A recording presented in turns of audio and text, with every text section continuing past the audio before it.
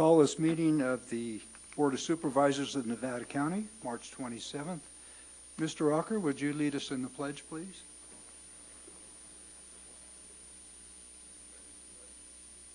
Pledge allegiance to the flag of the United States of America and to the republic for which it stands, one nation, under God, indivisible, with liberty and justice for all. Thank you, Lee. Are there any corrections or deletions to the agenda, Madam Clerk? None that I'm aware of, Chairman Schofield. Okay, thank you. So at this time, we will open public comment. Members of the public shall be allowed to address the board on items not appearing on the agenda that are of interest to the public and are within the subject matter jurisdiction of the board. And if you would just come up, give us your name, and you have 3 minutes.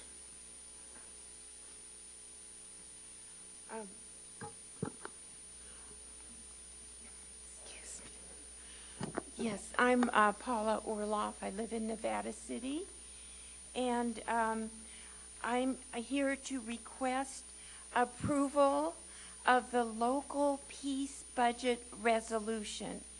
It asks our representatives, you, to send a message to Congress in D.C. to move some of our federal taxes from the military to local needs. The purpose of our request is to bring awareness and examine how our warfare, not welfare, warfare taxes and operations are draining funds from essential services and needs. It's also a way to pressure our elected officials and this year candidates to consider priorities for the billions of our tax dollars. How many people are aware of the tremendous disproportionate use of our tax dollars? And here's a basic graph of our military taxes compared to what many people feel are essential for our well-being, and that's health, housing, and education. Defense for 2019 has been approved for over $700 billion. That's up almost 10%, while health, housing, and education is down 15 to 20%. So we are concerned about what this to our welfare in this country. Last year, the 253 U.S. Conference of Mayors unanimously adopted a similar resolution. The Conference of Mayors is a nonpartisan organization of cities with populations of more than 30,000. The mayors also called for hearings on real city budgets versus the taxes our cities send to the federal military budget. And there are several Nevada county organizations that have endorsed this resolution. In the interest of time, I won't read it, but I'll give it to you.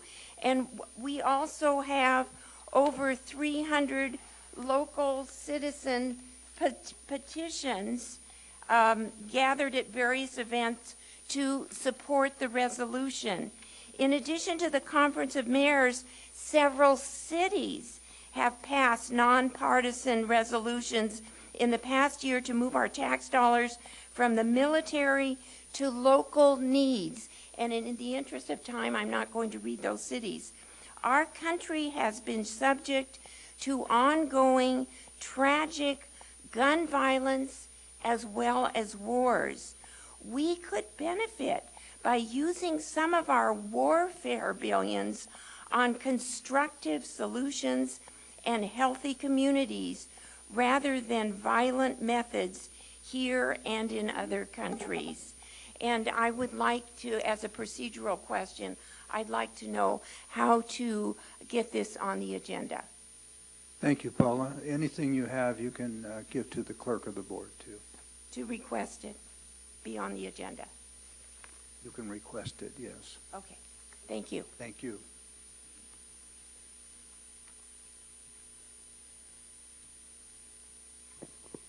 Good morning, Marin Lipwitz, Grass Valley.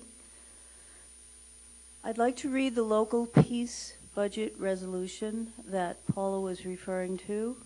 So this is the local peace budget resolution that we're asking you to approve and send on to Congress.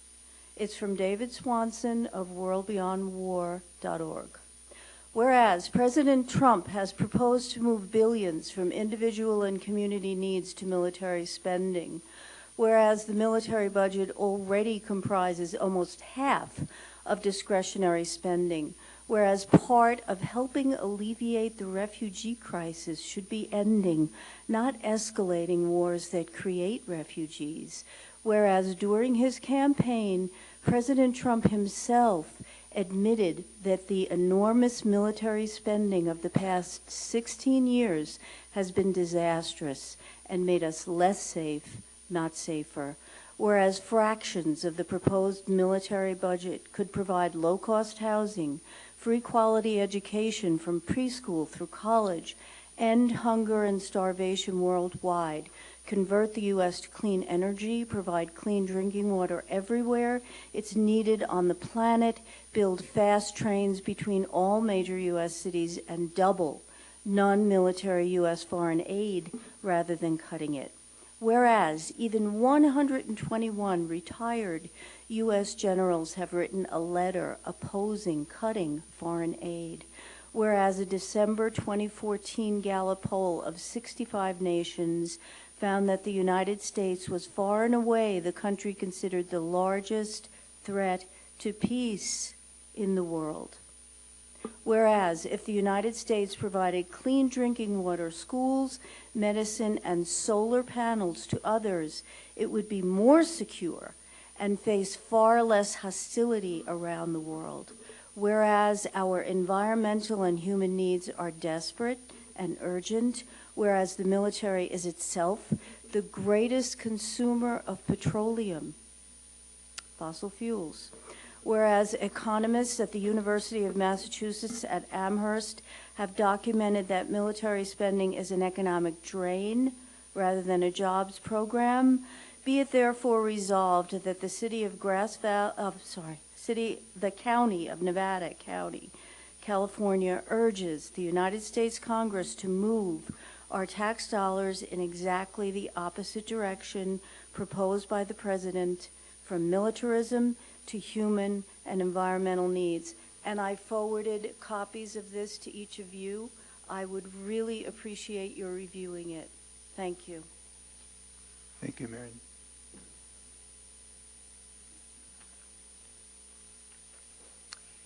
Thank you for allowing me to be here this morning to speak. My name is Shirley Osgood from Grass Valley, and a lot of what I was going to say has already been presented, but I would like to say that the time has arrived for cities and counties to advocate that funding be returned to communities, and think of all the things that we could benefit from if we were to take some of the money out of the military and return it to our communities. And I would urge you to join in with the 353 members of the U.S. Conference of Mayors who have unanimously adopted a resolution urging Congress to move funding from military to human and environmental needs. Thank you very much. Thank you, Shirley.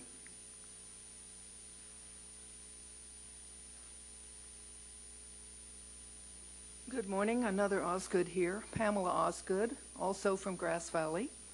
And I'd like to also speak to the local peace budget resolution. We're all aware that you are county, supervisors, and that you have a responsibility to the people who live in this county to improve life, and et cetera here, and that you're not our representatives in Washington. However, when you think of the money that is spent on the military, And of course, nobody is against any of the money that's spent to support the veterans and the dear, mostly men and women who've suffered so greatly and come home and need, millions of dollars of our tax money. Nobody is talking against that. But what we would like to do is, I would like you to imagine what this county could actually do if we had just a fraction of those trillions of dollars. It's estimated that the war in Iraq is estimated to cost actually $3 trillion. And we also are the largest supplier of weapons in the world to other countries. Now you say, well, okay, that makes money for Americans. Yes, but the people who also made the poison gas to kill Jews in the ovens in World War II made a profit too, didn't they? They also made a profit. So we're not talking, I would like us to imagine what we could do in this county for our schools, for the infrastructure. How about housing? Improve low-cost housing and housing for people who are now houseless or homeless. Hospitals, our parks and roads. I know I live just outside I live in the county in I live in just outside of Grass Valley in the county, and we have, as I'm sure you know, it's very difficult to do all the roads all the improvements that are needed. I mean, potholes, basic fixing of things. But our highways, we could do what we could do. We could even do a crossover, either an overpass or an underpass for animals, and save a lot of money for the county for not having to deal with the dead animals that are deer and all those others that are hit in the road. And it's proven that the animals learn very quickly where they can pass safely.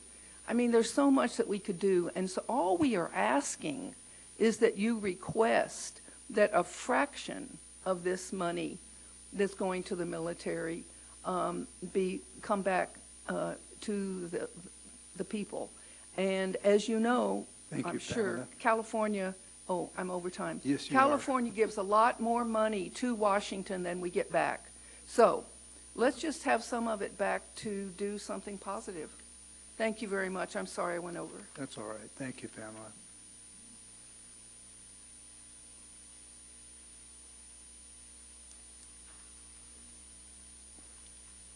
Good morning. My name is Ingrid Jord. I live in Nevada County. And I just want to add my voice, trembling as it might be, but I want to add it because this is something that's very important. And for me, if I really, really look at the truth, no war has ever brought peace. So that's why I want to add my voice to this. And I will read something here. The National Priorities Project, using information obtained from the United States budget, has drawn some conclusions about how much we pay for these wars.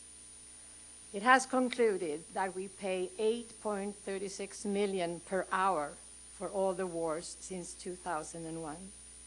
I can't even imagine what that kind of money looks like. What else could we do with all that money? The National Priorities Project illustrates how it could be spent to help our own people and our own economy. Millions of teachers could be hired. Millions of jobs could be created in poverty-stricken communities. Our ailing infrastructure could be remodeled and rebuilt. Scholarships could be funded for students who can't afford college. Our military veterans could receive the care they deserve. And the list goes on, and we have already heard it by the women speaking before me. So thank you for your time, and please consider our request. Thank you, Ingrid.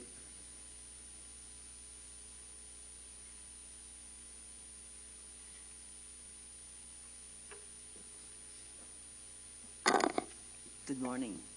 My name is Anita Wall-Tuttle, and I live in Grass Valley. I have a couple of headlines from newspapers, starting off with the New York Times back in February. Some of the headlines, things like, Trump's budget favors military, inflating deficit, 4.4 trillion proposal, adding to infrastructure while taking from safety nets. Another one on the same page, needs of public a low priority in rebuilding. Trump program would shift funding. Then we go to our own union, March 13th. Federal budget cuts could hit Nevada County. This is the president's first stab for 2019. We don't expect the full cuts he's proposing, but we are expecting some cuts. And another one from the union, bringing us more up to date, March 22nd. Housing dilemma. Experts say demand for affordable options outpaces the solutions. As you've heard from the women before me, this is something that we could do. It's not a big thing, it's not a small thing, but it shows where our priorities are. And our priorities should be for more peaceful spending locally rather than militarily around the country. Thank you. Thank you, Anita.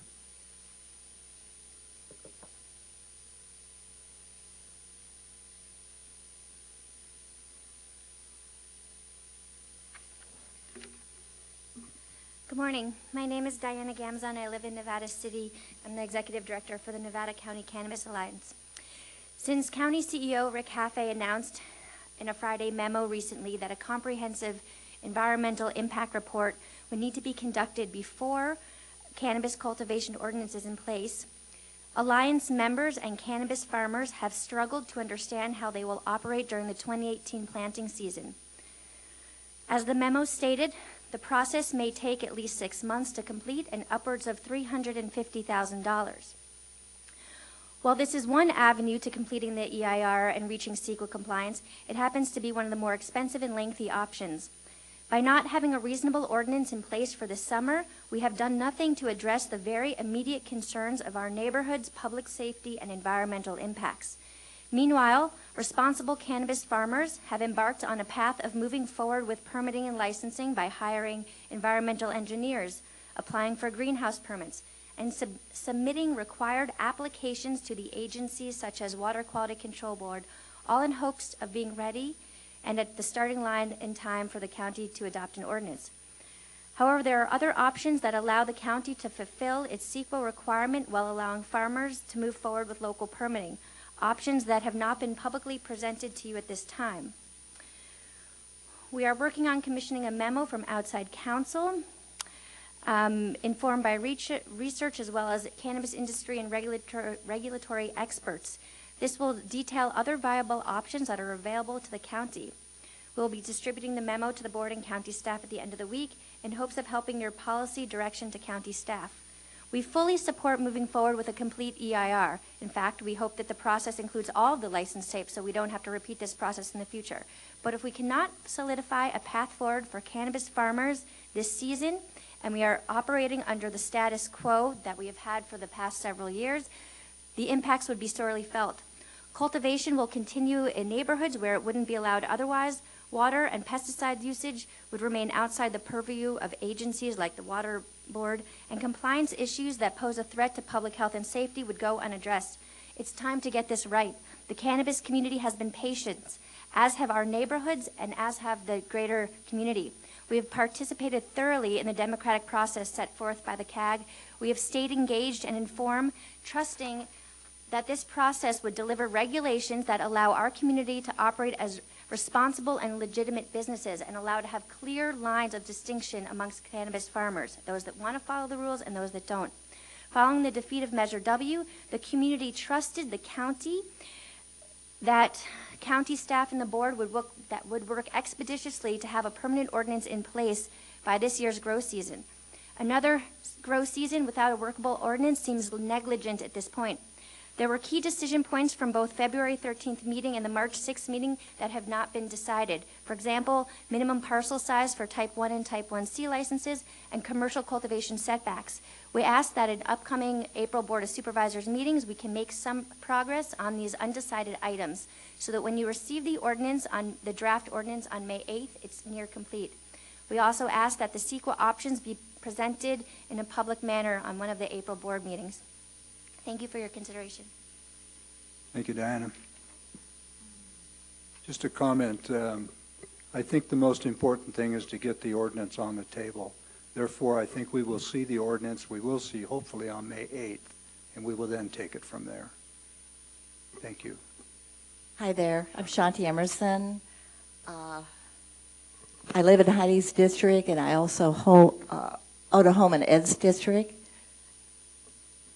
I'm here to comment on the last cannabis hearing. I noticed a pattern, not only a pattern pro and con, but of young and old. The young being in their 20s and 30s, and the older ones being in their 60s and 70s, my age. The young wanting to grow in Nevada County, and the old fearing the consequences of growing, fearing riffraff, cartels, addictions, and odors. Having sat through a number of these hearings, I must say the public, that cannabis was demonized and distorted. And those of us who knew better could not speak up before Prop 64. Here's the thing. You all are our leaders. And I know each of you have a great deal of integrity. And I know that you want to do what's right for our community. I would say go with the young. They are our future. Their children will fill our schools, and they are the leaders of tomorrow. If you make cannabis growing too restrictive in terms of setback, fees, taxes, and number of plants, then they will have to go elsewhere where they can earn a living. And I would predict that huge agriculture will come in and not give the community what these young people can do. If you give in to the fear of the senior citizens, then we will probably, well, I just said it, have huge agricultural firms rather than these young people. And they're not asking for huge incomes. They just want to take care of their families. 10 years from now, many of us with complaints will not even be with us. But these young people and their families will be. And from 5 or 10 years from now, cannabis will no longer be seen as a threat, but as a legitimate, honored way of agricultural enterprise. So you as our elected leaders must act. You must act before the growing season begins. So please don't be afraid to move.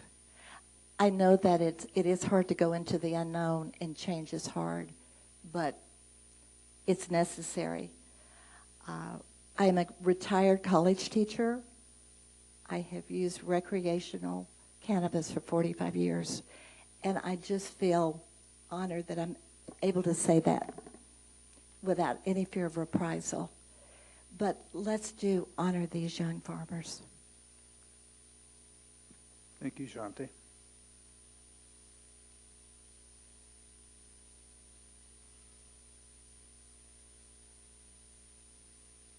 Matthew Coulter, Nevada County.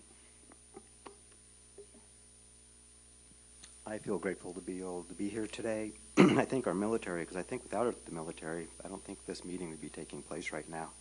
And if it was, it would be in a different language, and one side would have the podium and the other side would not be allowed to talk. Also, the military is the largest user of biofuels. They've done more to bring the biofuels into the mainstream than any other group, even the private sector. I look at our local boards as being primary function as health and safety. I repeatedly for years have been asking for the bicycle lanes to be cleaned. I'm here again asking for the same thing. The speed sign on Brunswick Road that's been broken for several years, approaching the intersection of Idaho, Maryland. These intersections that we've spent hundreds of thousands of dollars on, putting on high friction surfaces, and then when we get 1 inch of snow, school buses are actually crashing into each other at these intersections.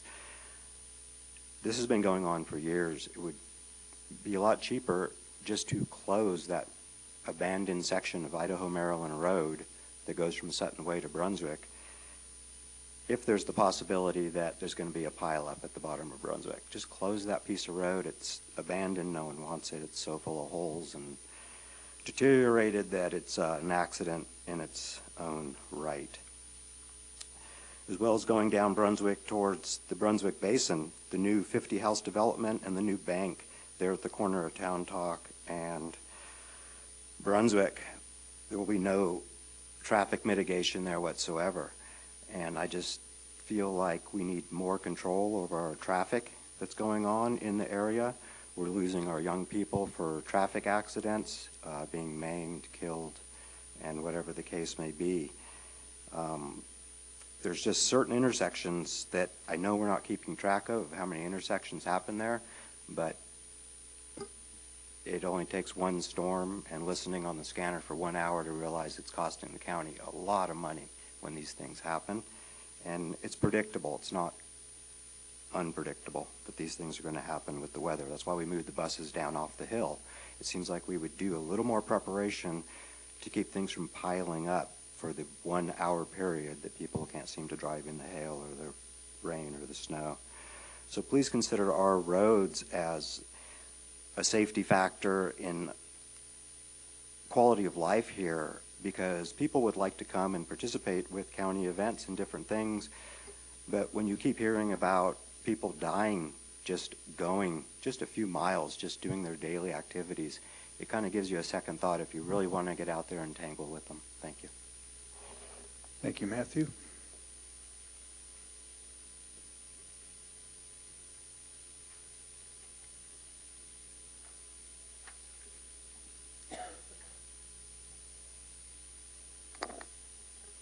Good morning. My name is Bonnie Chase. I live in Grass Valley. Thank you for serving the public. I've been hearing in the media that an economic correction or a crash is a greater and greater possibility. But an economic emergency is not addressed in the Nevada County Emergency Operations Plan. If one should happen, I don't think that we should expect the federal government to take care of us sufficiently. The federal government doesn't know the territory, and we may not be their first priority, and we saw what happened in the Katrina disaster. So how about the state government? Well, I've heard now that the state is number 49 in infrastructure and number 46 in education, and it can't support its own state parks. So I wouldn't rely on the state to take care of us completely. Instead, I believe plans could and should be developed at a local level. I'm appealing to you to develop an economic emergency plan to keep the citizens of Nevada County fed in case of food shortages.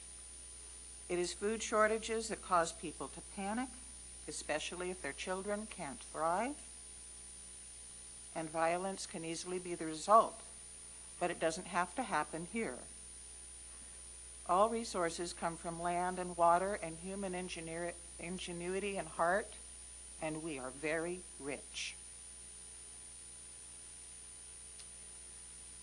So we can tap and develop and trade these resources of ours, even if the system goes off the rails. So again, I'm appealing to you to update the emergency operations plan to include an economic emergency response, to use your authority and powers over property and taxes to assure adequate food acquisition, production, and distribution in as fair a manner as possible to property owners in case of an economic emergency. Thank you very much. Thank you, Bonnie.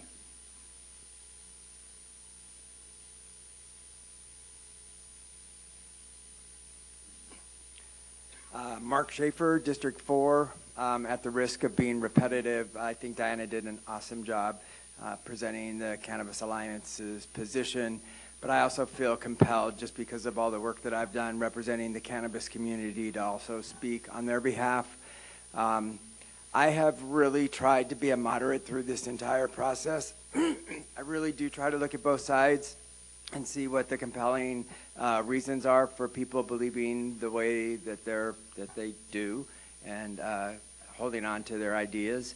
But honestly, I'm having a very hard time understanding why county staff has chosen to not accept the exemption, the CEQA exemption that's been provided in the state legislation, SB 94, and to move forward with regulation this summer as opposed to putting it off. Some of my thoughts that come to my mind is staffing concerns and not being able to staff and provide permitting in time for this summer. I think that having talked to you people and heard you from the bench, it seems like you do have a will to move forward with regulation sooner than later because you understand the value of having a regulated industry as opposed to having a non-regulated industry. So it would seem to me that you would be compelled to authorize additional funding for staff. I know they've been doing an awesome job and working very hard to put this all together, but they're just shorthanded and they don't really have the resources. So that would be one way to solve that problem.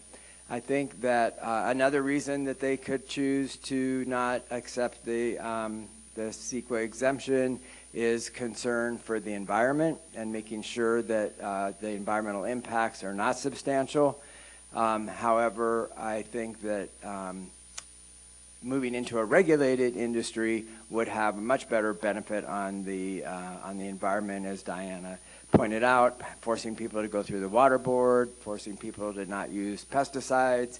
That would be better for the environment.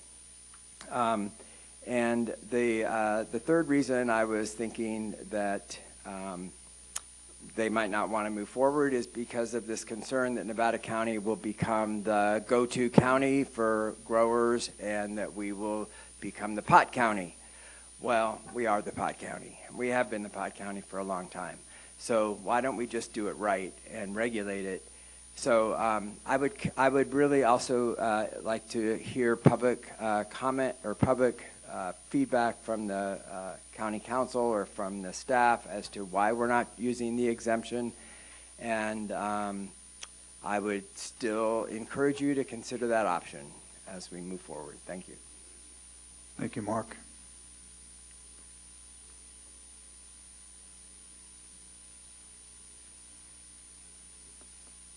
Jonathan Collier, District 1. I just want to be very clear about the state exemption that Mark brought up. So in no way are we trying to actually dodge CEQA. I think it's a very important process. We just know that it is a lengthy process. Meanwhile, there's a lot of decisions to be made. There's a lot of impacts that we're facing in our neighborhoods. So the state exemption is just a temporary exemption that would allow jurisdictions to move forward with permitting and therefore maintaining the timeline that we've tried to set up with the ordinance. So we could actually initiate the ordinance, begin moving folk in the right direction. We have issues such as planting in residential agriculture, which from the looks of it is not going to be included in the future. So there's confusion around those type of things. There's issues with people that want to submit applications to the water board. With those applications to the water board, we start seeing some of those environmental damages getting cleaned up as they have to have control or plans for erosion control, pesticide use, these things that, or fertilizer use, over-fertilization, these things that we've seen being very detrimental to the environment. So what the state exemption allows us to do is move forward with the ordinance, take any of the litigation risk off of the county, place that onto the actual industry and the state itself as a lead agency while we continue to move forward with the economic or the environmental impact report. So it allows for us to continue with the secret process, which I know the county is doing a lot to try to expedite that, which we're very glad that they're taking those efforts. But it would also allow us to maintain the timeline that we're seeking with the ordinance. So we're kind of curious as to if that has been presented as an option, and if not, if there can be discussions and hence the ask for it to be placed on the agenda. So thank you. Thank you, Jonathan. Okay. Seeing no one else coming forward, we'll close the public comment portion, and we will go into our scheduled items. We have a 902 item, the Child Abuse Prevention Month, mapping the 5 protective factors project in Nevada County. Lindsay?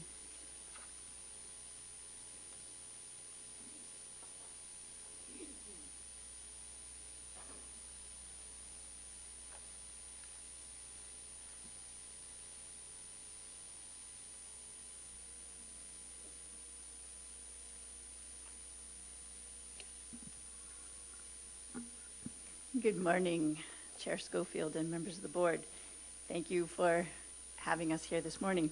I am Lindsay Dunkel. I'm the Executive Director of First 5 Nevada County, and one of my great joys in that job is the work that I do as a steering committee member of the Community Support Network of Nevada County.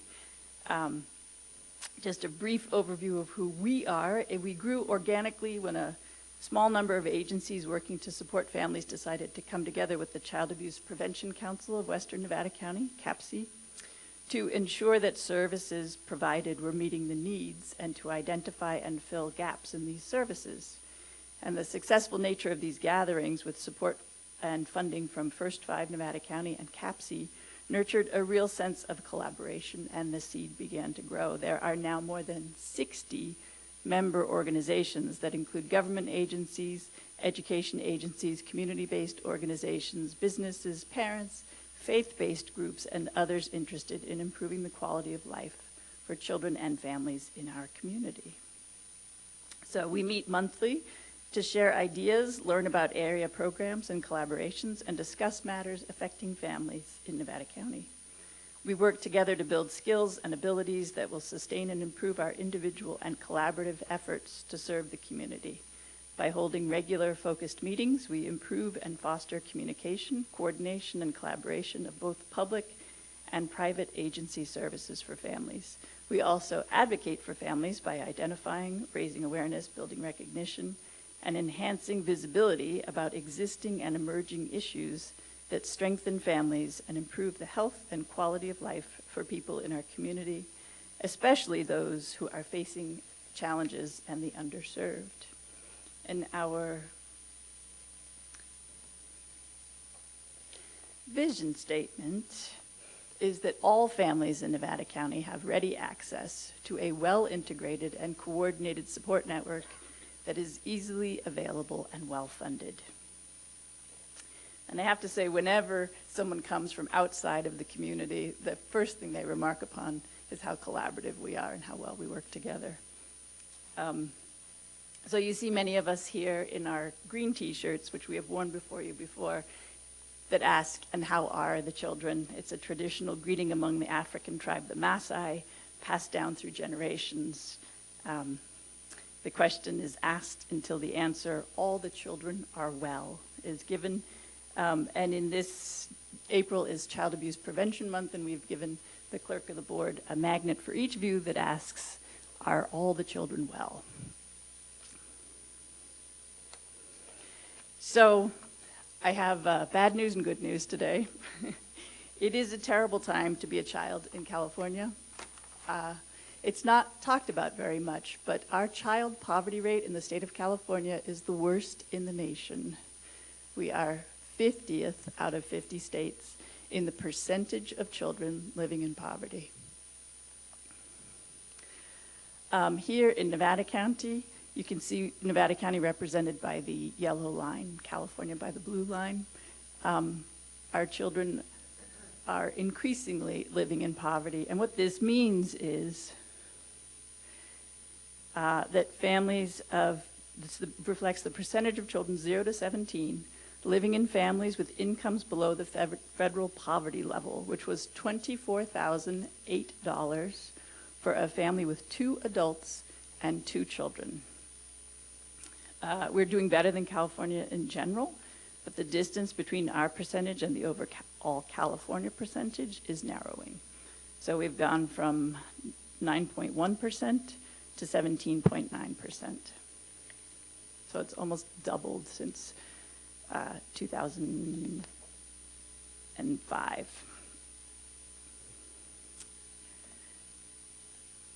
This is the number of children in food insecure households, which is identified by the U.S. Department of Agriculture as not having consistent, dependable access to enough food for active, healthy living. Approximately 1 in 5 U.S. children live in food insecure households. Children living in these households are more likely to experience a host of health issues, including developmental, cognitive, behavioral, and mental health problems.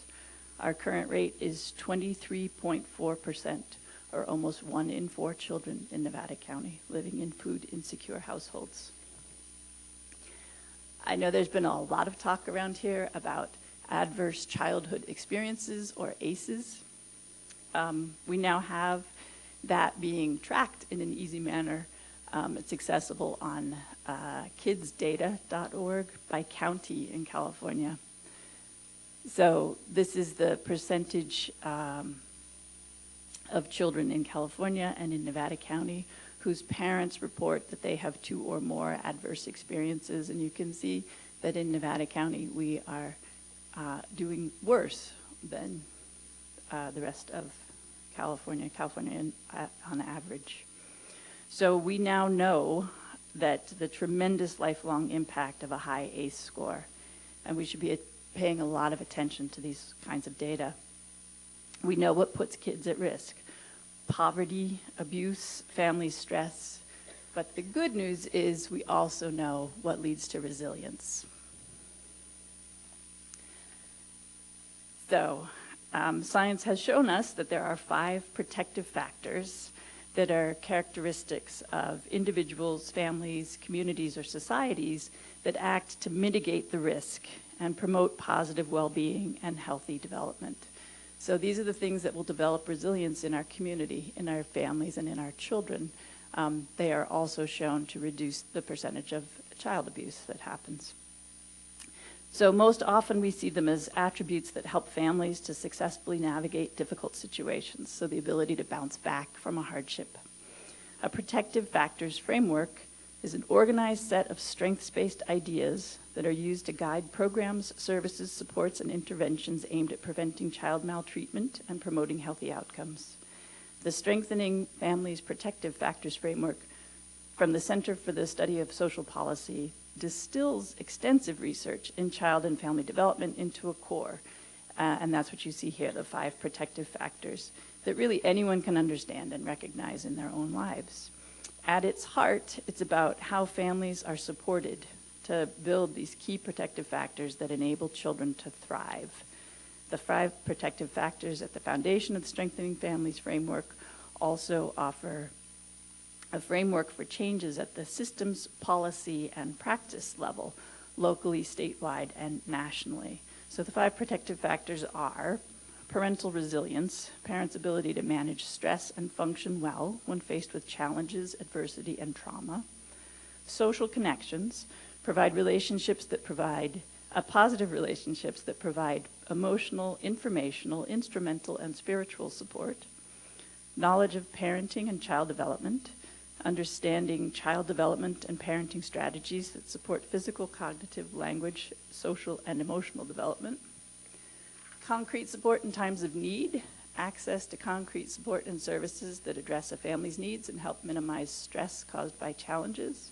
And finally, social and emotional competence of children, family and child interactions that help children develop the ability to communicate clearly, recognize and regulate their emotions, and establish and maintain relationships. So we're looking through a protective factors lens at the Community Support Network this year. At our meeting on February 7th, we took on the task of beginning to map the protective factors in Nevada County. We were focused on Western Nevada County. There is a discussion about doing the same exercise up in Truckee. So at the meeting, there were small groups at 5 tables, 1 for each protective factor, and each group brainstormed one of the protective factors, and participants made notes on large index cards where in Western Nevada County someone could find support for that factor. And then each group came up and pinned those note cards on the wall, and we had a brainstorm about what might be missing. And then finally, it was really amazing to see the walls in the community room in the library covered so quickly with so many support places to find support. And then we talked about what might be missing as well. So we're continuing to refine this document. We looked at all the sources we could think of: government, nonprofit, faith-based, those that are free and those with a fee. And we have so far listed 35 resources for concrete support in times of need, everything from diapers to housing. 5 of those programs identified are provided by government entities, such as social services. 32 resources were identified for support with parental resilience, including behavioral health supports, drug and alcohol abuse treatment programs, support groups and classes, case management services, resource and referral services. 4 of these 32 are provided by government entities, such as First 5 and behavioral health. 24 resources were identified for supporting knowledge of parenting and child development, with 6 of those from government entities. 6 of those included fees of the 24. 16 resources were identified for supporting social and emotional competence of children, with 3 from government sources and 3 that are fee-based. There were only 11 resources identified for supporting social support for parents, and 3 of those were from government sources and 3 of those were fee-based. And that's something I hear from parents all the time about their isolation. They're really looking for places to build their social connections, and that's a real need in this community. So, as you can see, 11 resources for that one versus 35 for concrete supports. So the gaps that we've identified will be, some of them will be no surprise to you: low-cost housing, transportation, more low-cost counseling for those not eligible for county behavioral health services, more low-cost legal services, more opportunities for parents to form social connections, a crisis stabilization unit for youth, like the adult one, connecting those in jail to services while they're still in jail so that they have a smoother path out, change community norm from parenting classes only for those who are at risk of abusing their children to parenting classes are for everyone, to make it a community norm that we all need parenting classes. The integration of services across agencies and funding streams. So sometimes, for instance, a program will be only for children 5 and under because it's got funding from First 5. Building awareness of faith-based offerings among service providers and CSN, Community Support Network members. So finally, we have to remind you of the cuteness of the people that we're talking about. Ultimately, the children are our future. This is the future of Nevada County that we're talking about, and the best way to get ready for it is to make sure that we are supporting them right out the gate. Thank you very much. Thank you, Lindsay, and thank you for your efforts on this project. Comments from the board? Yeah, I suppose one of the primary factors in developing a child is the home life. And you know, there's so many parents or people who have become parents that just aren't prepared to be parents. And I think that training is paramount in the life of a young child, that they have supportive parents who understand it. I'm looking at these 5 factors, and you take any one of those 5 factors out, and you're going to have problems. But to bring this awareness to the community, I think is huge, because you know, parents need training, but children need that great home atmosphere and that support. And it's difficult, and you see it all over our community. So I just got to congratulate you for bringing this to the forefront. Yeah, and we know that all parents want to do right by their children. It's only when really severe issues get in the way of that. Right. But you look at this picture, look at the vulnerability right there of those little children. It's huge. Is it true? Thank you, Chair Schofield. I'll be brief. Lindsay, this is wonderful, and I appreciate your brief note regarding doing similar exercises in Eastern Nevada County. I'd like to suggest also, though, that if you haven't done so already, to get in touch or stay in touch with the Community Collaborative of Tahoe Truckee. It sounds like you're doing similar work to your community support network, and it'd be wonderful if there was collaborative opportunities and synergies were explored by both organizations to deal with the entire county issues. Yes, we have collaborated in the past with them, and we'll continue to do so. They're terrific colleagues. Excellent. Thank you. Ready? Thank you so much for this presentation. These statistics are truly disturbing. I wasn't aware that the direction that poverty is going for children, both in Nevada County and in this state. It's truly, it's a big problem, and I wish we were paying more attention to it. So thank you for bringing this forward. A couple of questions. I should know this, but the Crisis Stabilization Unit, is it restricted to adults only? Let's ask the expert. Yeah, Is you it? have to be 18 and over.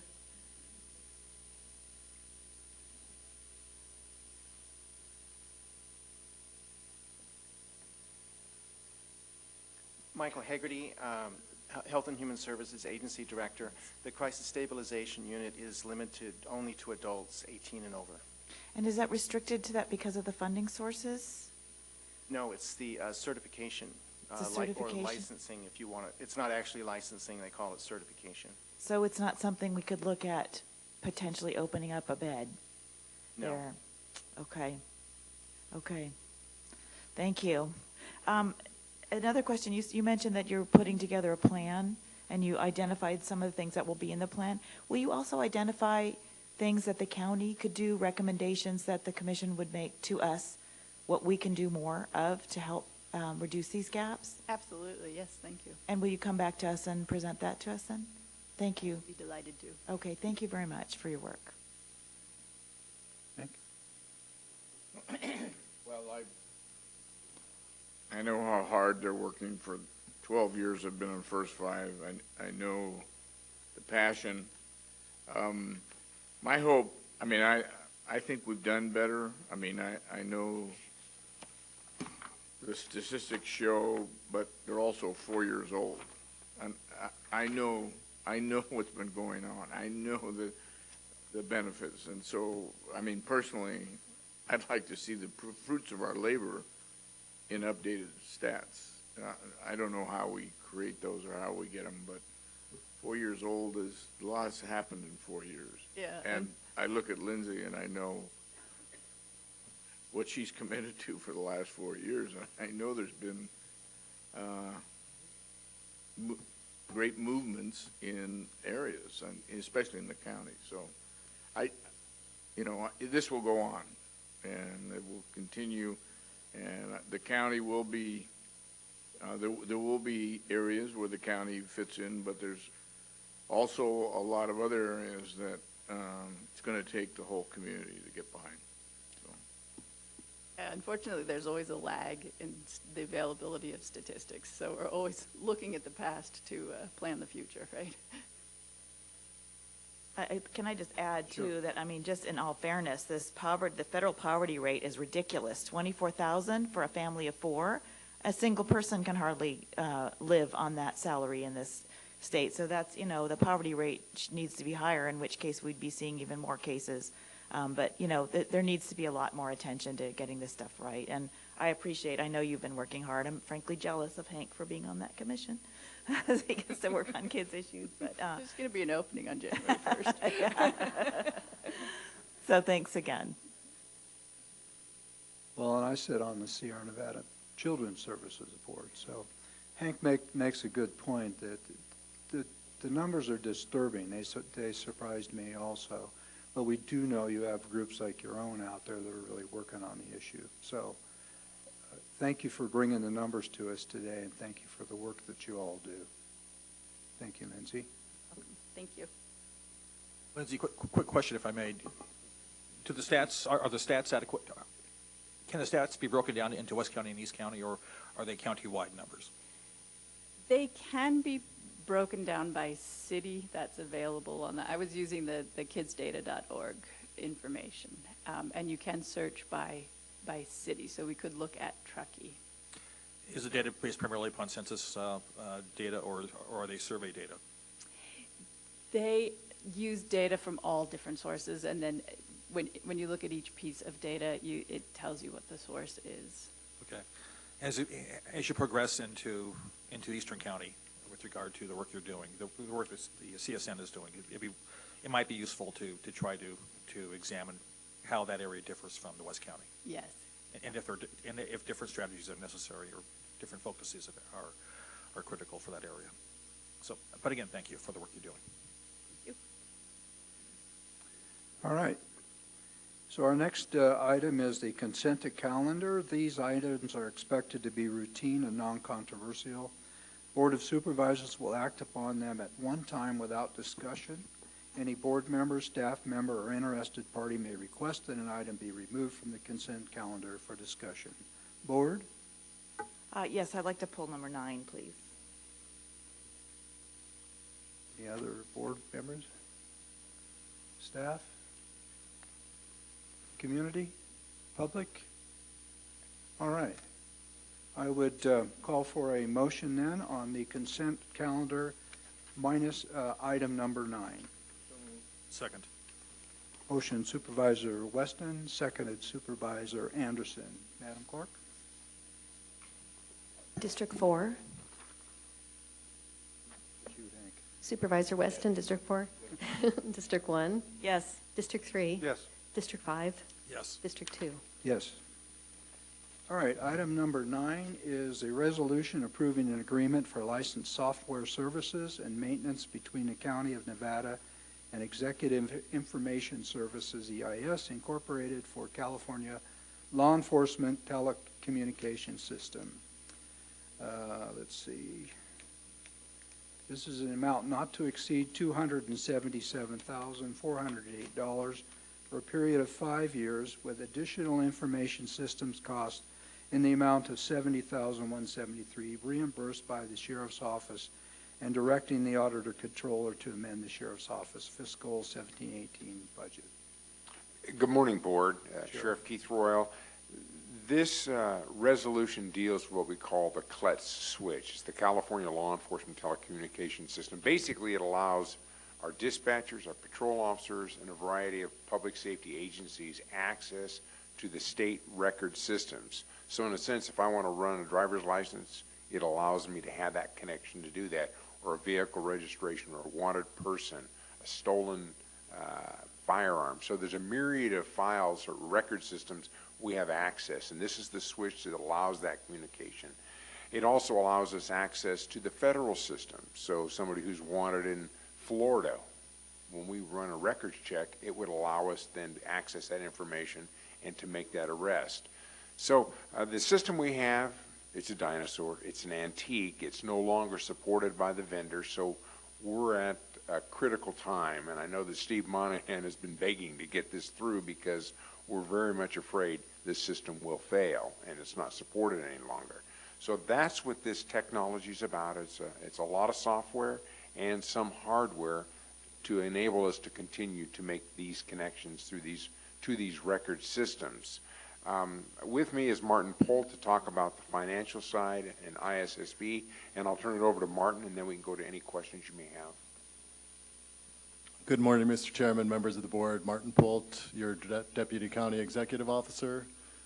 Just as far as the financing, we do have the Information Systems Steering Board, which is a group of departmental representatives and information systems. Steve Monahan is the co-chair. I am the chairman of the ISSB. So one reason for that is to ensure that the funding and prioritization of some of the major projects through the county are vetted properly with multiple agencies, prioritized, and then the funding is determined through that process. So this project has been in the works through the ISSB project. It has been brought to that steering board and approved in terms of its concept and the value, as Sheriff Royal mentioned, and the sort of catastrophic potential of that system. We wanted to avoid that. And so it did go through that process. There are multiple agencies within the county that are benefiting from this, and departments, the probation department, district attorney department, essentially all law enforcement entities in the county are benefiting. We will receive reimbursement also from external entities, including Nevada City, the courts. So a wide range of collaborative partners are going to use the system and be financing part of this system. If there's any other questions I can answer, please let me know. Yeah, thank you. I have no problem with the system itself. Clearly, we want a good system up and running. My questions were more just some clarifications about the funding and why it's coming up at this time. So it's unclear to me how much is coming from the general fund and how much will get reimbursed. Can you clarify that for me? My understanding is approximately 20% will be reimbursed. So this is a one-time cost, the $277. There's a modest ongoing cost similar to the current system costs. So So the total amount is 277 coming from the general fund, and 20% of that will get reimbursed? Approximately.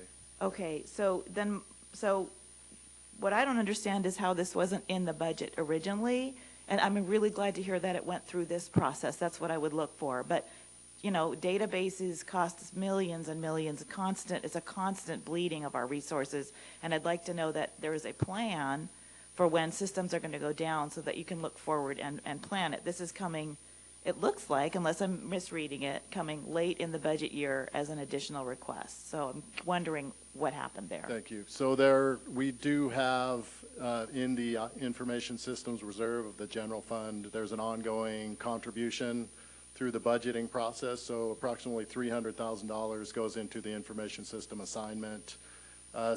The information systems group led by Steve Monahan has a 5-year spend plan. So that 5-year spend plan, actually, I think there's about $3.5 million currently in that assigned general fund pool. So he has in his spend plan, for example, the phone system replacement and other replacements that we don't know the timing of these projects. So it is very challenging at times to actually put them in a specific budget when the phone system, for example, has been on the books for a number of years. The tax system, we have the same situation that the actual expenditures may occur. It's an uncertain timing. So there is funding available in the general fund for these. There is a plan, and that's what the ISSB is about, to kind of to pull together all the priorities of these activities within that plan.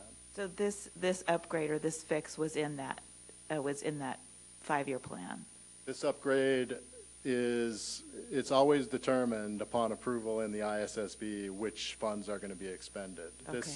So out of the 5-year expenditures and the ISSB and the Information System Reserve, this particular item at the time it was approved by ISSB was determined partly because of the multiple agencies it's funding and partly because of the reimbursements.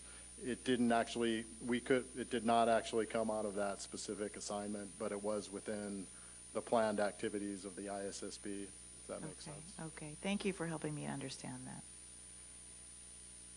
So again, this was not a surprise. This was in the budget. And this goes through the governance process, which ultimately, as we see today, becomes part of the budget. It's not a surprise, though. I mean, it's something that's had been anticipated. Correct. Yeah, okay. Well, in as much as there wasn't a budget amendment, or they're requiring a budget amendment, it is a surprise. Yes, it's gone through the review process, as Martin has indicated, and as the sheriff has indicated also. But I mean, if this is an antiquated system, I'm just wondering why this wasn't included in the budget process back during the last budget subcommittee. So if I could say, there are probably two types of activities that it's very challenging to know the timing and sometimes the actual amount. We do plan for these activities. One is capital facilities.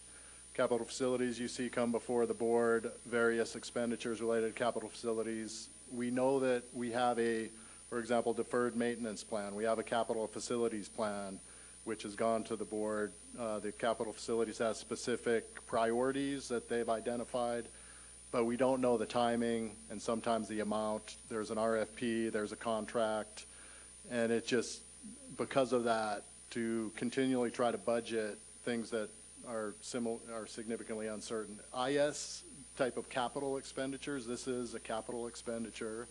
It's a long-term expenditure for a long-term solution, and those two things, capital facilities and IS, generally sometimes fall into those categories. We do try to budget at the time of the budget approval and adoption when we can, when there's known activities, but sometimes things just aren't certain enough. You know, additionally, adding on to that is when a vendor tells you they're no longer going to support a product, it catches you blind, and then you have to move rapidly. So that also affects the timing issue. And that happened, it sounds like, during the fiscal year. Yes. Okay. Martin, will the new question, which was added to the budget subcommittee questionnaire, which asks, does the department expect there to be a budget amendment request during the fiscal year? Would that question capture this sort of item in the future? Supervisor Anderson, it is possible that it would. I mean, I can't say in every case. As I said, to name every uncertain event that may happen in a coming year is very challenging, and it may misrepresent because those things may not occur. The CLET system, for example, I believe has been, it's been discussed for a number of years, but the situation hadn't materialized to actually make that expenditure until this year. So in essence, it was yes. a situation where, as the sheriff indicates, the vendor says we'll no longer support this. It happened during the fiscal year after the budget process, it sounds like, and so there was no way to really, or to easily capture that during the prior budget subcommittee deliberations. Yes. Okay. So the 5-year spending plan, this basically qualifies for funding of that $3.5 million, correct? Correct. And the 3.5 is a restricted fund that can only be utilized after an examination? The 3.5 is designated by the board each year along with the budget to designate those funds for those particular expenditures. I understand. Thanks. But I thought you said this one wasn't coming out of that fund. Correct. Yeah, the 5-year spend plan is tied to that 3.5 million. Okay, I heard something different. So the 5-year spend plan is tied to that 3.5 million. The board authorizes those dollars to be used for those purposes. This particular item, it was determined at the time of approval from the ISSB what the funding was, and we are not using that specific 3.5 million for this purpose. We are using other general fund dollars. The option is to go back to the board for additional funds for the IS reserve, and we decided instead of doing that, we would use these particular dollars. Why can't you just use what's in the that's fund, the reserve? Because we have a designated amount, 300,000 a year.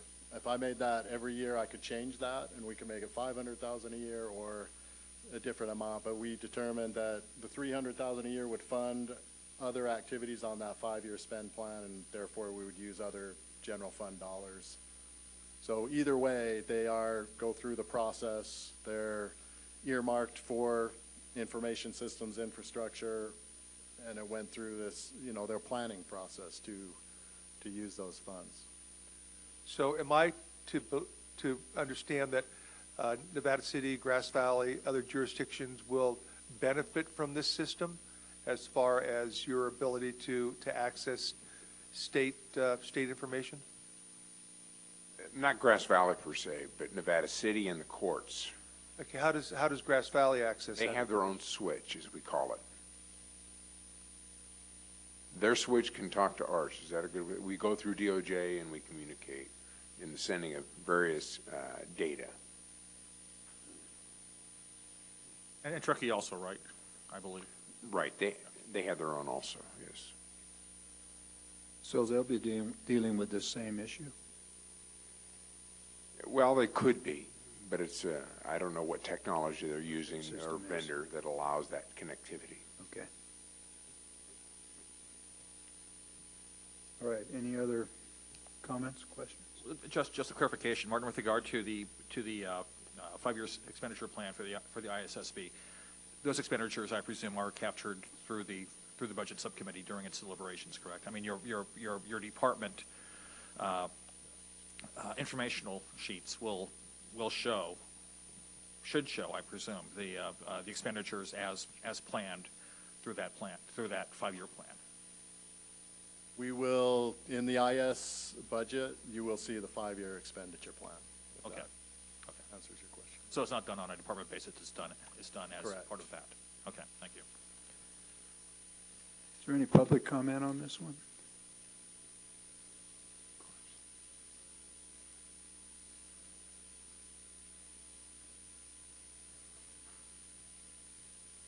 Matthew Coulter, Nevada County.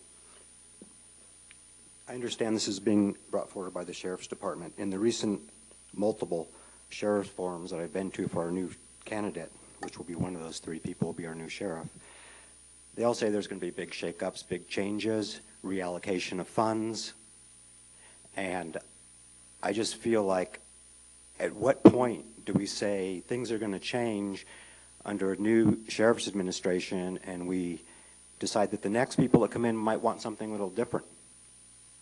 So are these expenditures now until the new person comes in, are they going to be able to roll over into the new system that's going to be implemented? Or is it going to be just, well, sorry, we're going to throw out that money and we're going to start over with another system, another consultant? Thank you. Thank you, Matthew.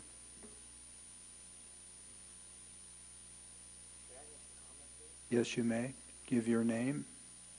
Karen Jennings, longtime employee of Mr. and Mrs. Miller as their landscaper outside their now defunct store, and they're moving on. And Mr. Miller and I do not always agree. But on the subject of drugs in this county before we leave and changes going on, I want you to know that I just got released from the jail. I've been jailed in there 41 times over the years. And I started out as a mental health patient up here alone with my children. And the Sheriff's Department always has helped me. And it's gotten better and better and better all along. Now, the Grass Valley PD is trying to run a new drug out of town that is located in the South Empire Coach and 4 Motel.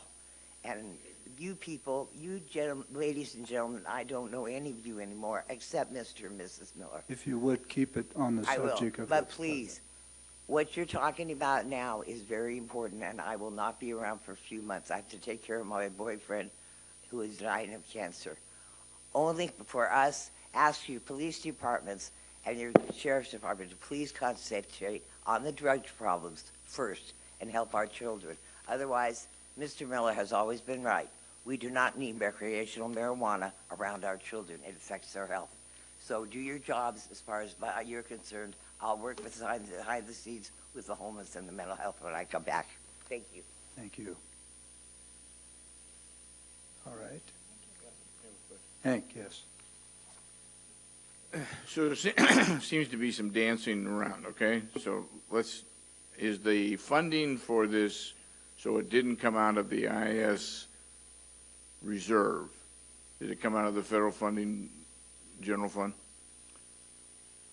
Supervisor Weston, this is a release of general fund dollars from unassigned dollars. Okay. Rather than taking it out of the IS Correct. reserve for specific projects that we have, like the tax and et cetera, et cetera. Yes. So you decided to not burden that reserve and take it from another one. Correct. Okay. Just wanted to clarify because it kind of was like dancing. Well, right. If you could clarify why it does come from the general fund reserve rather than from the IS reserve. I'd say it's touches right on what Supervisor Weston says, Supervisor Anderson. If we make a decision based on that 5-year spend plan and how much money is in the IS reserve, and we're funding that $300,000 a year, and this particular project, if we would have funded out of that IS reserve, would have dropped the amount below the amount needed to fund the rest of the 5-year plan. So we'd either have to come to the board and designate additional dollars to the reserve and use those reserves, or spend the money out of general fund dollars. And the ISSB has, or I presume staff has made the decision that this is in fact an expenditure appropriate for the general fund reserve. Correct. Okay. Well, I'll ask you afterwards why that's the case. I mean, I'm curious. I'd like to entertain a motion. Motion Supervisor Weston. Do I have a second? Second. Second Supervisor Miller. Madam Clerk? District 4? Yes. District 1? Yes. District 3? Yes. District 5? Yes. District 2? Yes. Thank you, Board. Thank you, Sheriff. Thank you, Martin. The Kletz was there wasn't any Kletz, wasn't. Thank you, Heidi. All right, we're just moving right along here today. So our next item is a resolution proclaiming April 2nd through April 8th as Public Health Week. We have Jill Blake and Dr. Cutler with us today. Welcome. Morning. Morning, Chair Schofield, members of the board. Good to be with you. Good morning. Thank you for having us with you today. Again, I'm Jill Blake, your Public Health Director. And Ken Cutler, your health officer. So National Public Health Week is an event that is organized by the American Public Health Association. It's celebrated every year during the first full week of April. It provides an opportunity to recognize the contributions of the field of public health, as well as recognize the value of healthy and fair policies and the value of a healthy and strong public health system. The theme this year is Healthiest Nation in One Generation. It was the same theme last year. Today we will give you a very high-level overview of the services that our department is providing and that contribute to this goal. And the Institutes of Medicine defined public health about 30 years ago, and the definition still stands, that it's really what we do together, what we do collectively to assure the conditions in which our community members can be healthy. This is a pictorial of that. The traditional medical model is the physician-patient relationship. You can think of a physician doing some dietary counseling with a patient. From the public health model, where the focus is really on community, and we would look at food systems from their manufacture to their regulation to the food safety and nutritional guidance. So somewhat different elements of focus, one on the individual, one on the community. So you hear a lot about the determinants of health these days. You'll often hear that the genetic code, is not actually as impactful on our health as your zip code these days. And we know that the behavioral influences are often determined by your social environment. So it's very similar. We don't have a great picture of cute babies up here like Lindsay did, but they're related. The idea is that we want a healthy start. And so quality education, access to health care, community supports and interconnectedness, those are the social determinants or influences on our health. So what is Nevada County Public Health doing to address these things? As our logo states, we prevent, promote, protect. We prevent the spread of disease and other health conditions. We promote healthy behaviors and healthy environments, as Dr. Cutler mentioned, so that health can occur. And we protect against natural disasters and other disasters, and we help respond to those when they do occur. Our department has about 35 employees, and we implement just about 30 distinct and unique programs. And we'll give you a brief overview of those. So we'll start with our Client Care Services division. We really break our department up into 3 divisions: Client Care Services, Public Health Emergency Preparedness, and Health and Wellness.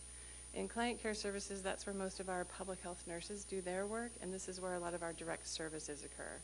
I would argue that any one of these services listed here would contribute to that goal of Healthiest Nation in One Generation, including maternal, child, and health promotion, immunizations, childhood-led poison prevention, our family planning clinic, and Moving Beyond Depression.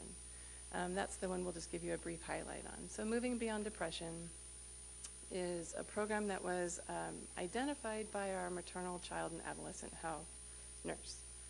Identifying that perinatal depression was an issue in our community and needed to be addressed. They identified this evidence-based practice. They sought and were awarded funding from First Five, from behavioral health through their MHSA funds, and some public health funds. This program allows for in-home cognitive behavioral therapy, and understanding the importance of the mother-child bond and how critical that is to early brain development and early emotional development. The provision of these early intervention services really lend themselves to families and young children thriving in that arena.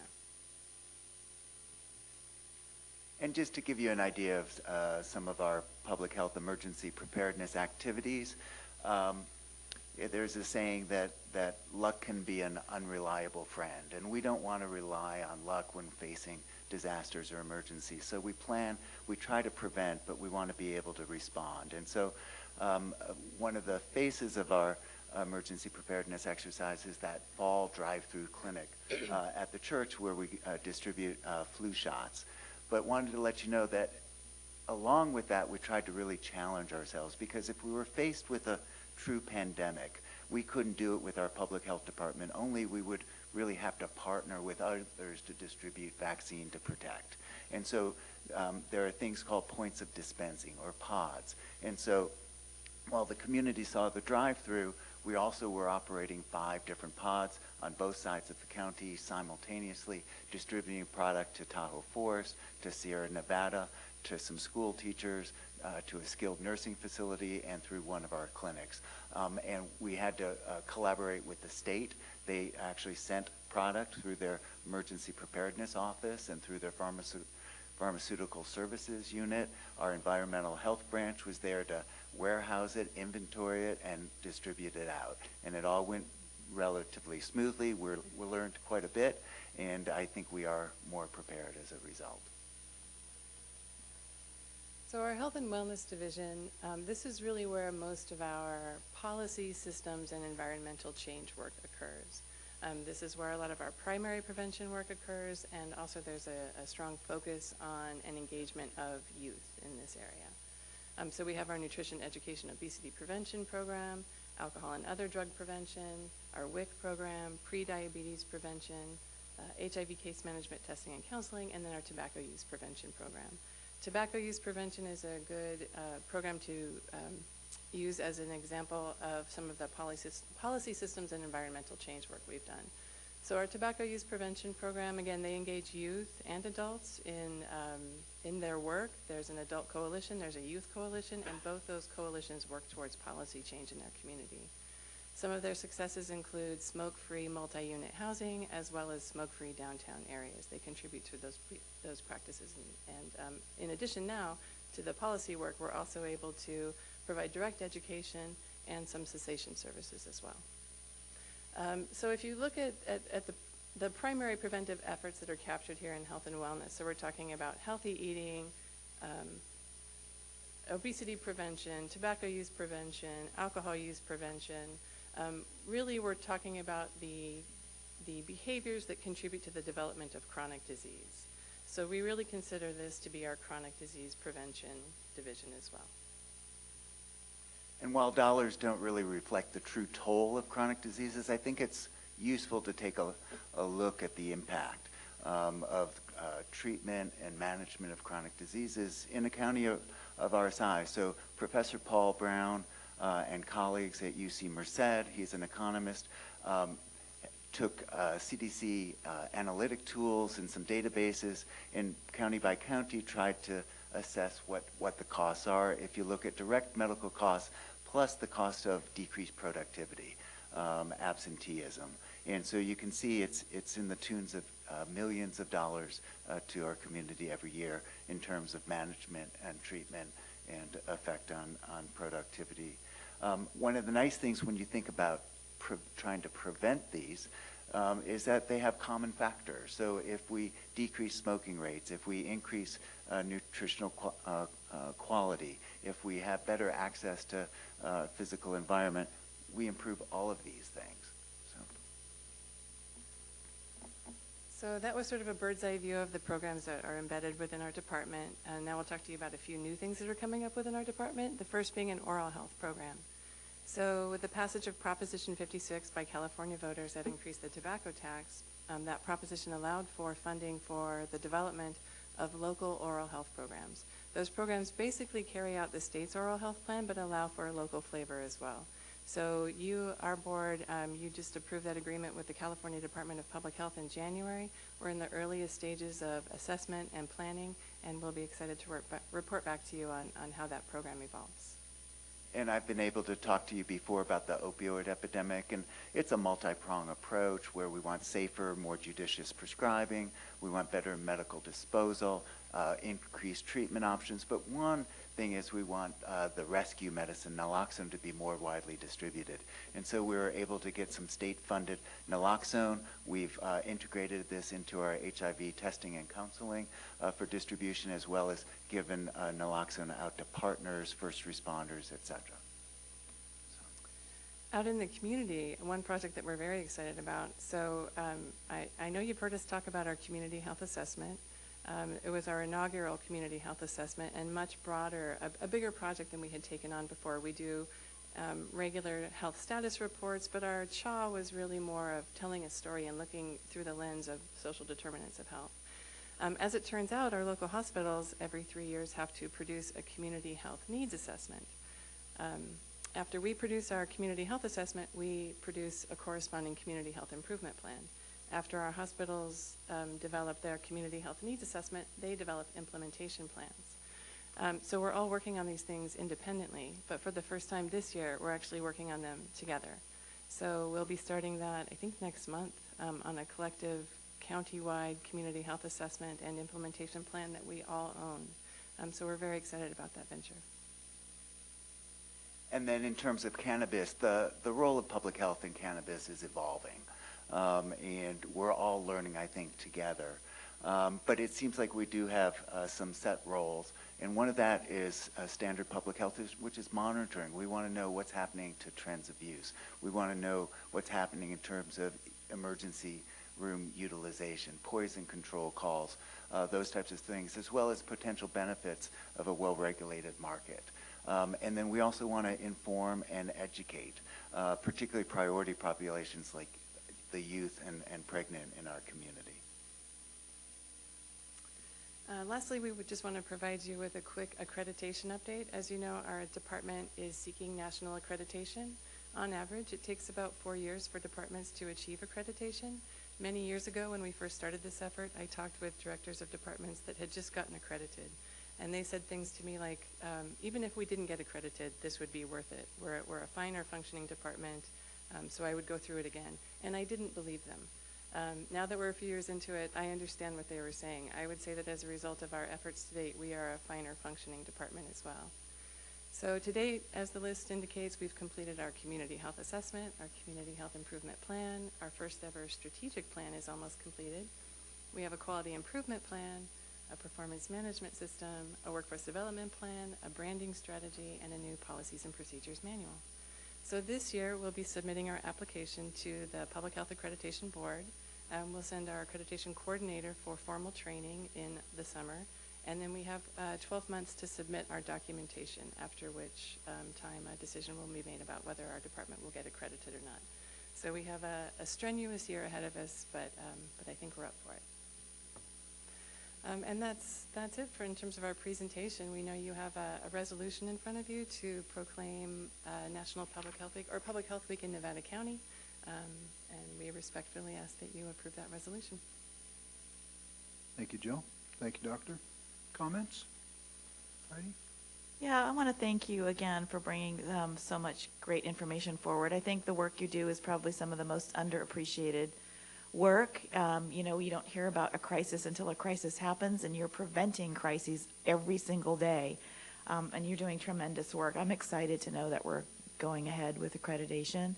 And I want to also specifically thank Dr. Cutler for the presentation you gave the Behavioral Health Board on cannabis recently, which was so balanced, talking about potential issues for youth and pregnant women, talking about benefits and not benefits of regulation, a really balanced, neutral approach to what we do know, what we don't know yet, and how much more we need to know. And I would recommend others avail themselves of your expertise on that. That was very helpful. So thank you for all the good work you're doing. I just want to thank you. It was a good report. Thank you again. Richard. Nothing to add beyond Heidi's points. I think she covered it quite well. Thank you for the work. Yes, very nicely done. But thank you very much for all that you do. I echo that too. Thank you. Thank you for being out in our community too. I think, as Heidi said, that it's not only our county community, but our community as a whole. It's greatly appreciated. Very informative. I'd entertain a motion here. So moved. Motion Supervisor Hall, seconded Supervisor Weston. Madam Clerk? District 4? Yes. District 1? Yes. District 3? Yes. District 5? Yes. District 2? Yes. Thank you. Thank you. So, do we need to go into our public hearing at this point? Okay.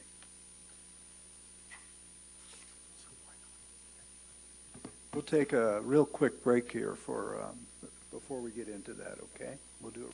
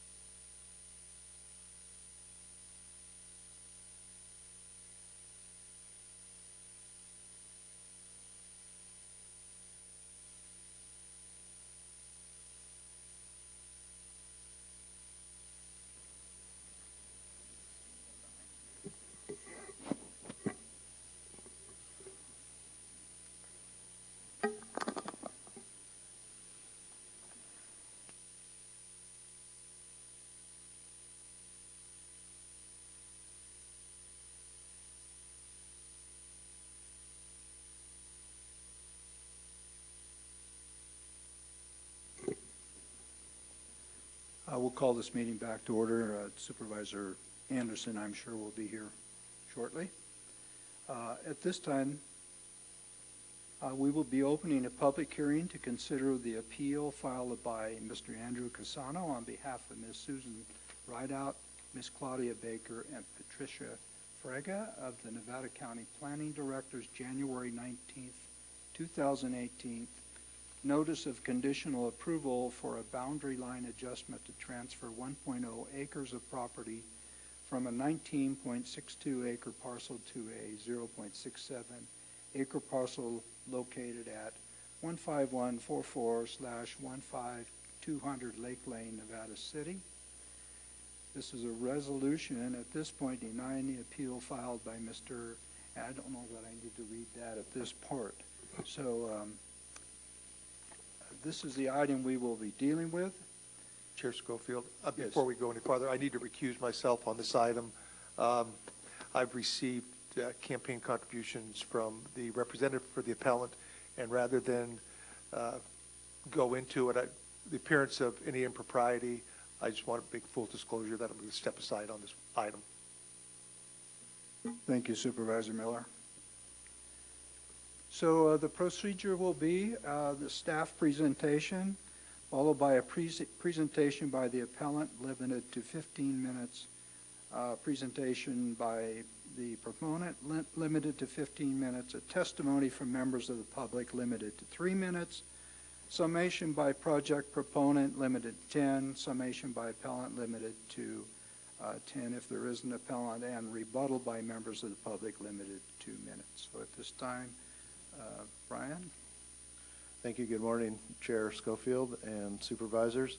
With me is Sadie Caldas, assistant planner who worked on the lot line adjustment. I will be giving the presentation today, and then if you have any questions regarding the aspects of the project or the appeal, either one of us will attempt to answer your questions.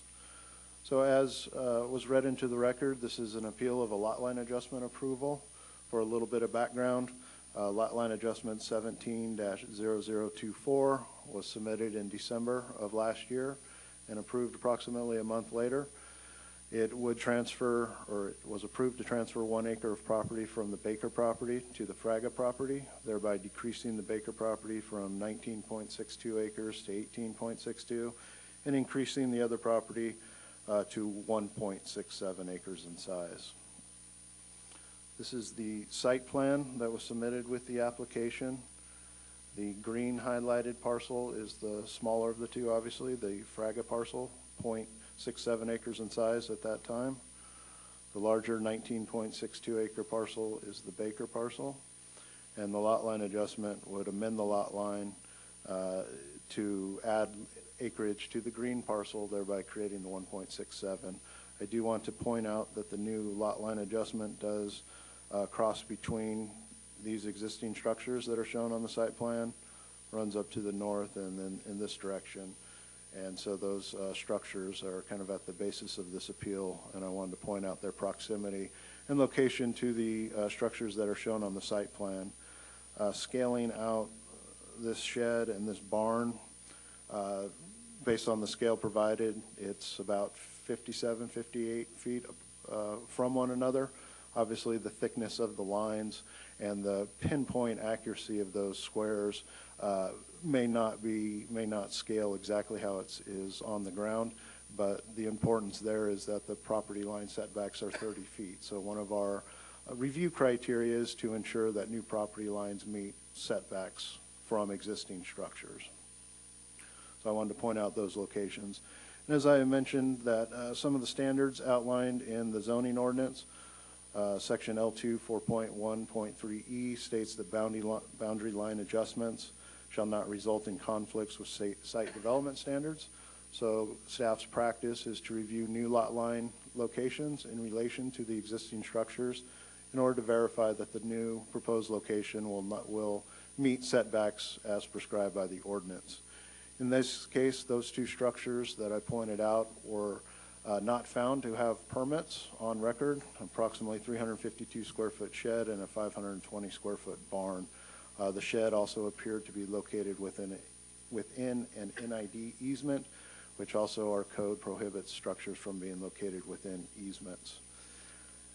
It's important to look at the structures to ensure that the shape is representative of the actual structure that's on the ground. Sometimes decks, bay windows, other modifications appear on structures that don't have permits that can affect the lot line setbacks. And so we verify any type of permitting activity to ensure that the structure on the site is the structure that we have for record. In this case, as I mentioned, those structures were found not to have permits, so condition number 3 was applied to the lot line adjustment approval to remove or to permit those structures prior to the recordation of the lot line. Important to note, the lot line adjustment was approved. It was simply conditioned to address those structures prior to recordation.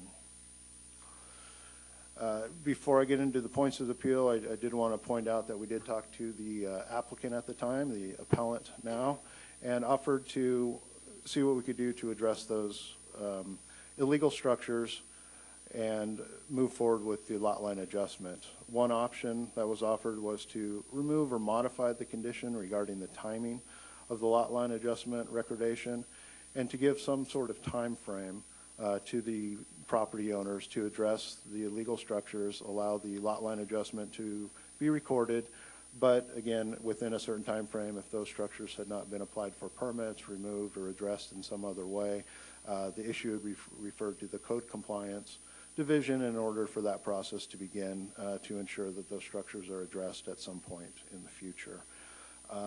At that point, that was not an agreeable compromise, and so the appeal to the lot line adjustment was filed. Essentially, the appeal requests the removal of condition number 3 that requires the structures to be permitted. It requests that the structures remain as they are without permits and requests that the board direct the planning department to not apply conditions of approval to lot line adjustments. 4 main appeal points were that the conditioning of lot line adjustments is conflicting with the Subdivision Map Act, the County Land Use and Development Code, as well as conflicting with county policy regarding code violations, and cites other jurisdictions that do not condition lot line adjustments in the same way as Nevada County. Want to point out the Subdivision Map Act language that the appeal highlights. The appeal highlights the specific language that is underlined, stating that local agency shall limit its review and shall not impose conditions or exactions on its approval of the lot line adjustment.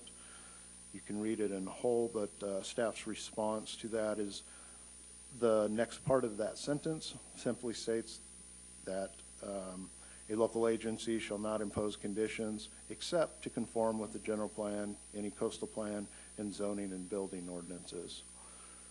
Specifically, our building ordinance, L5 2.2, section 114 violations, states that processing of tentative maps, zoning changes, lot line adjustment, or discretionary use permits may be withheld for property on which a violation of the provisions of the code exist.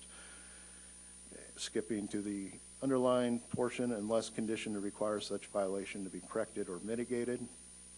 And secondly, LUDC section L2 4.13, F conditions of approval for lot line adjustments, states that shall be conditioned as necessary to ensure compliance with all zoning and building regulations.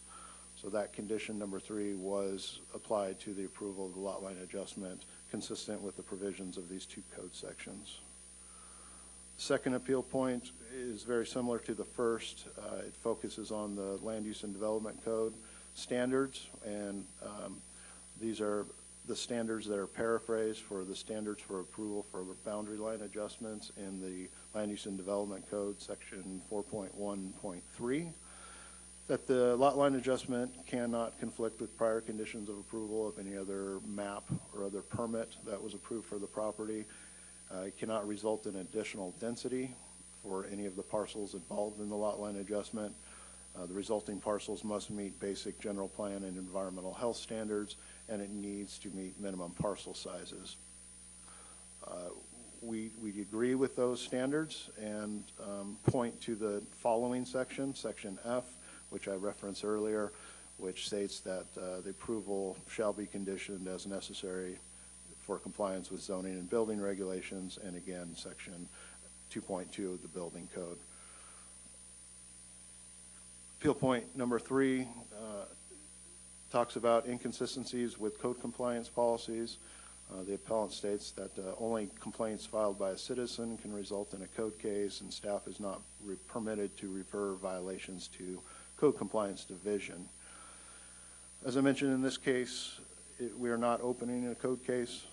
We are simply conditioning the lot line adjustment to address those unpermitted structures.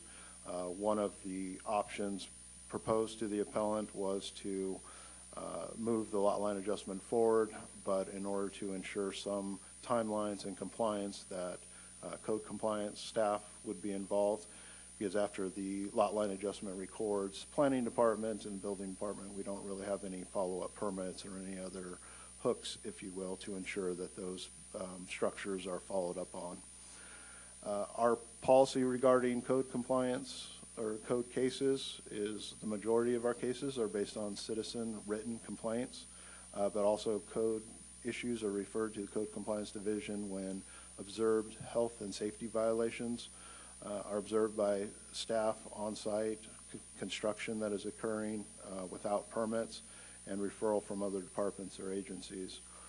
As part of our normal review of all site plans, we do review unpermitted structures as part of project applications, including building permits and administrative development permits. These are administrative and ministerial projects, in addition to our discretionary applications, including use permits and subdivisions. So we're not treating lot line adjustments any differently than we would a building permit, a use permit, a development permit, and especially in this case where the structures in question are directly impacted by the location of the new lot line location. And the fourth point in the appeal summarized is that the other jurisdictions nearby do not apply conditions of approval to lot line adjustments, and cites comments from local surveyors within our county, Placer County, Yuba County, Sierra County, and the city of Grass Valley. We did reach out to a number of counties, and most counties do not have the specificity and the language of our codes that specifically authorize the conditioning of lot line adjustments. However, we did find out that all other jurisdictions will not ignore violations if they are found.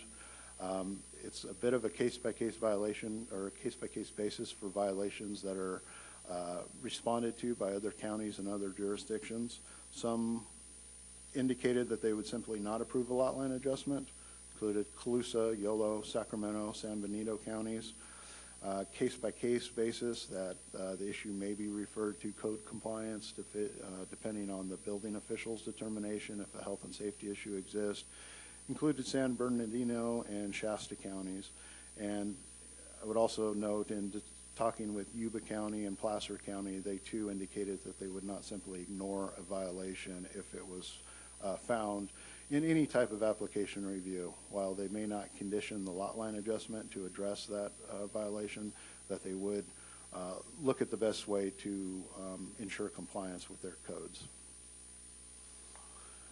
Our conclusion is that the Nevada County zoning and building ordinances do allow the conditioning of lot line adjustments.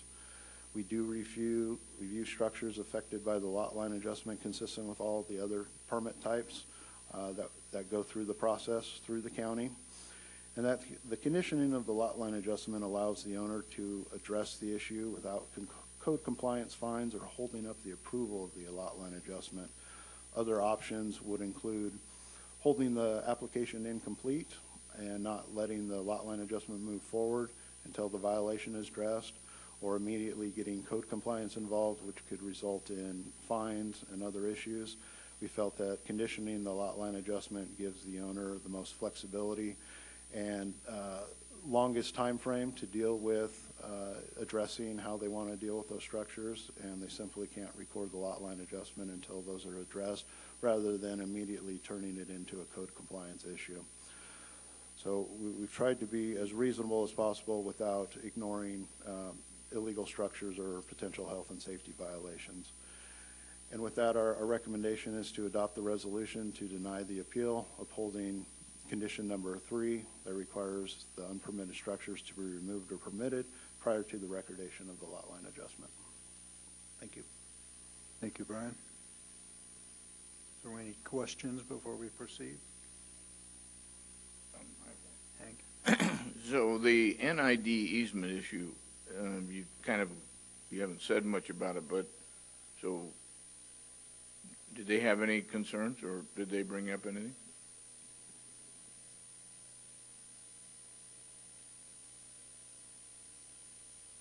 Supervisor, NID did not bring up concerns about the easement issue. The structure is unpermitted where it's at, and because it's in the NID easement, it would not be able to be permitted in this location. So it would have to be removed out of the easement and permitted somewhere else on the property, or we're glad to review and see if it would meet any of the exemptions. But it just cannot be permitted in this location because of the easement. Okay, so, and which of those two little boxes are both of them in the easement? The shed. Yes. Shed. Yes, Supervisor. The shed is where Brian is circling right now, and it is in the NID easement. The NID easement kind of runs just to the right up the property. The barn is outside of the easement. Okay. All right.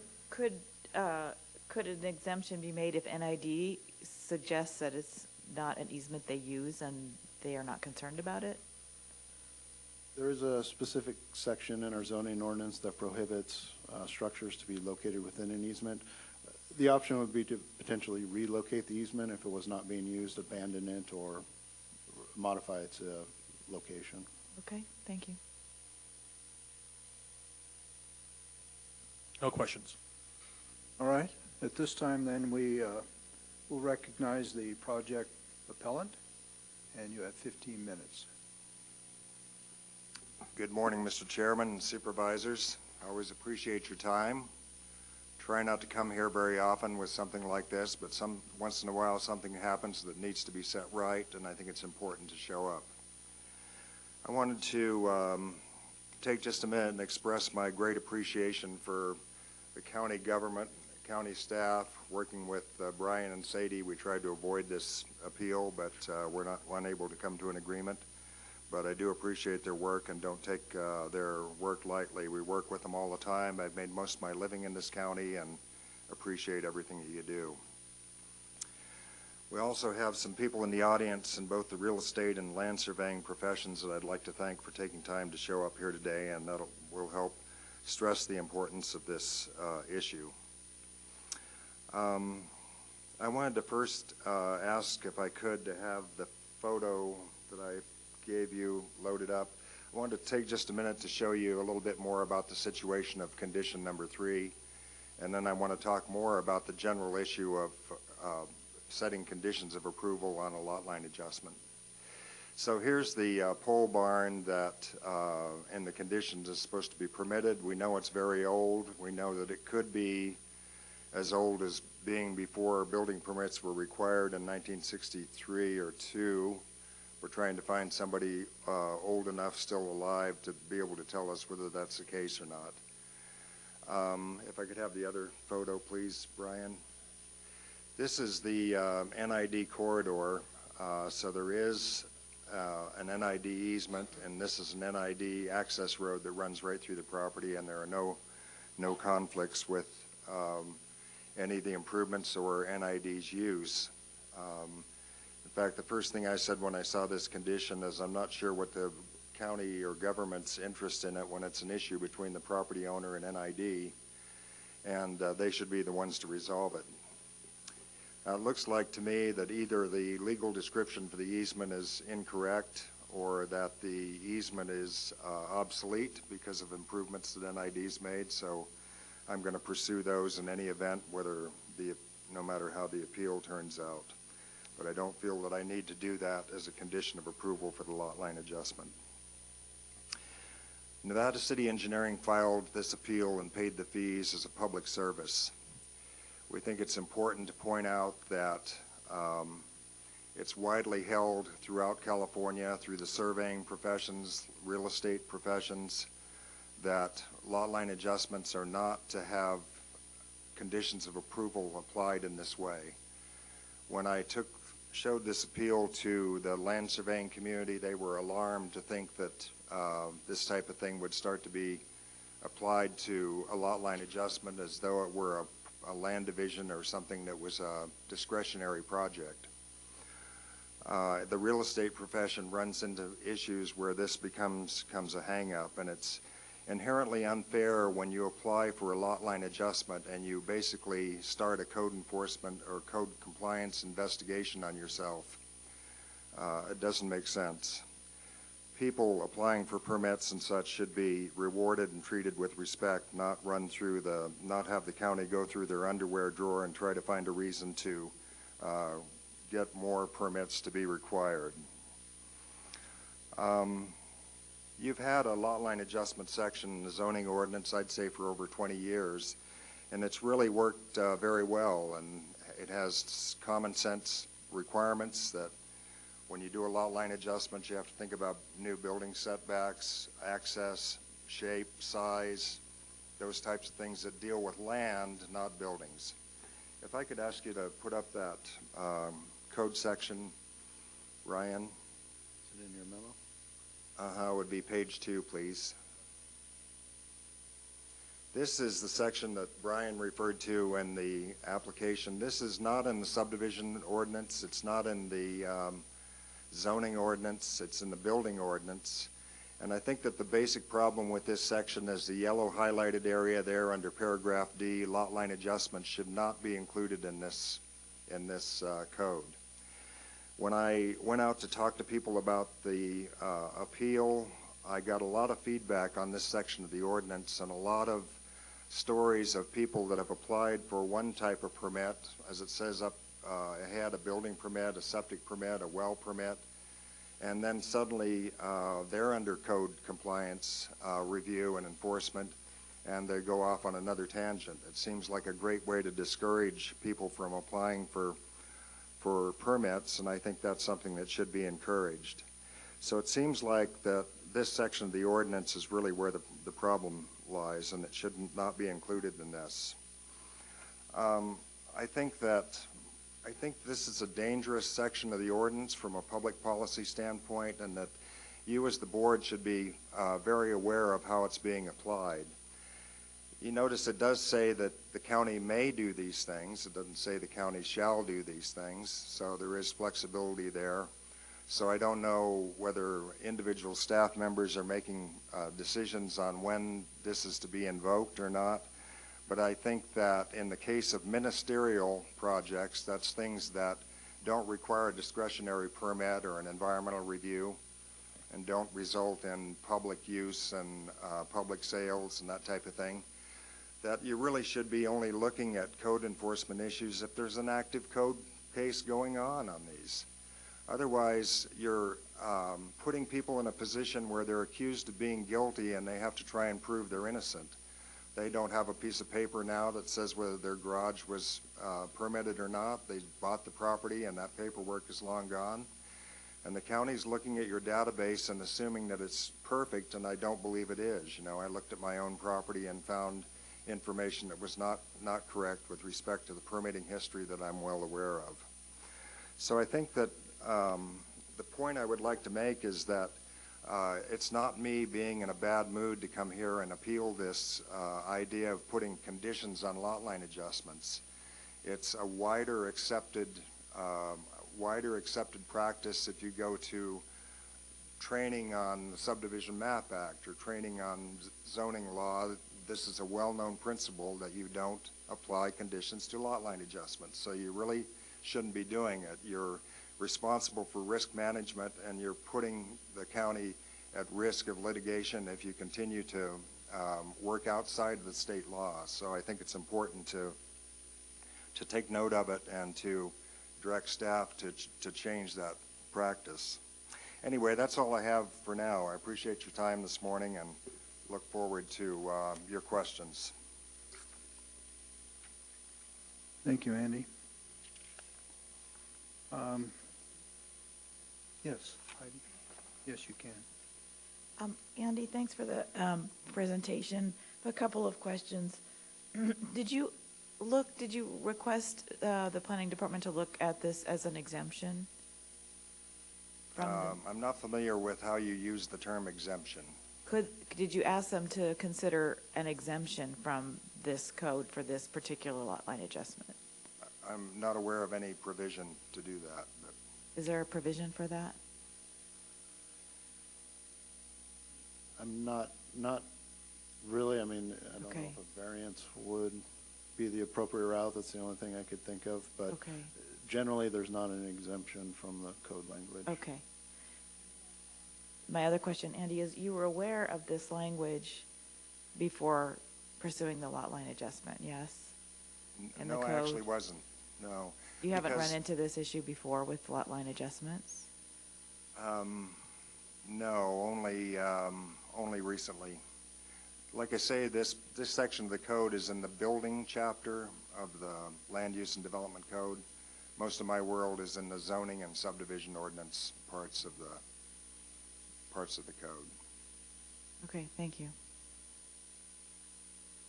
So, for staff, so is this a conflict between what you read and showed us in the zoning versus what's in this section here where, I mean, are those two in opposition to each other? Are they in conflict? And what would it take to make sure that they're the same? I'm not sure I know Well, which you other you section. showed us an underlined part right there. Whoop, back where the red is. Okay, it says, except to conform to the local general plan, any applicable coastal plan, zoning, and building ordinances. Okay, so, I mean, the permit is a building ordinance. So, I mean, I don't know how many code cases on non-exempt, on non-permitted properties I've been through, but I have been through enough to know. So this says this. Then you go to the building side, and as Andy's pointing out, it seem to be in conflict. Are they in conflict?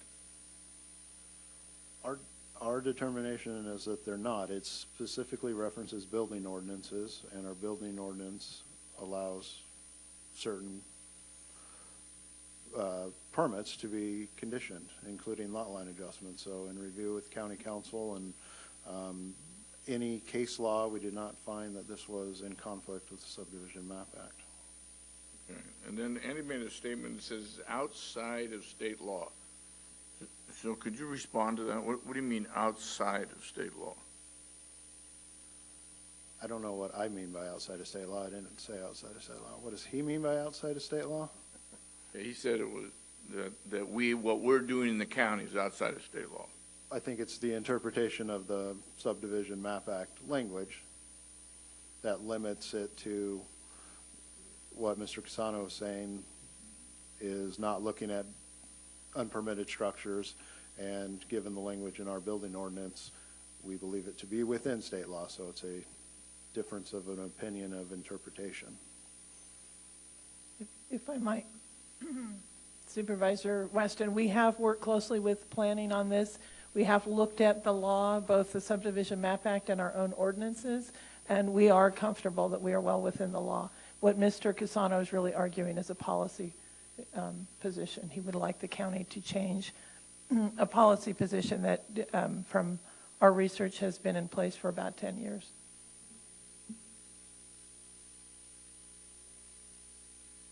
Okay.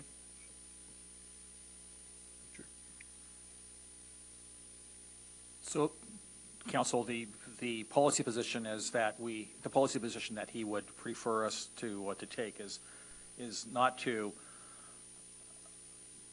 obey the Subdivision Map Act. Because as I read this, you know, the clause that's in red provides the rationale for the text that's in our land use development code. I mean, to me, it seems quite clear. There's no vagueness. There's no ambiguity. We have the ability and perhaps even and the obligation to protect the public health and safety through our planning documents and through our building ordinance. And the state law provides for that, and the county has incorporated that intent in its codes. I'm not sure where the issue lies. I'm not sure how he interprets, but or how a differing interpretation can be derived here. And I'm curious about that. I mean, it says, except to conform to the local general plan, any applicable coastal plan, and zoning and building ordinances. We're dealing with a building ordinance in this situation, as well as setbacks.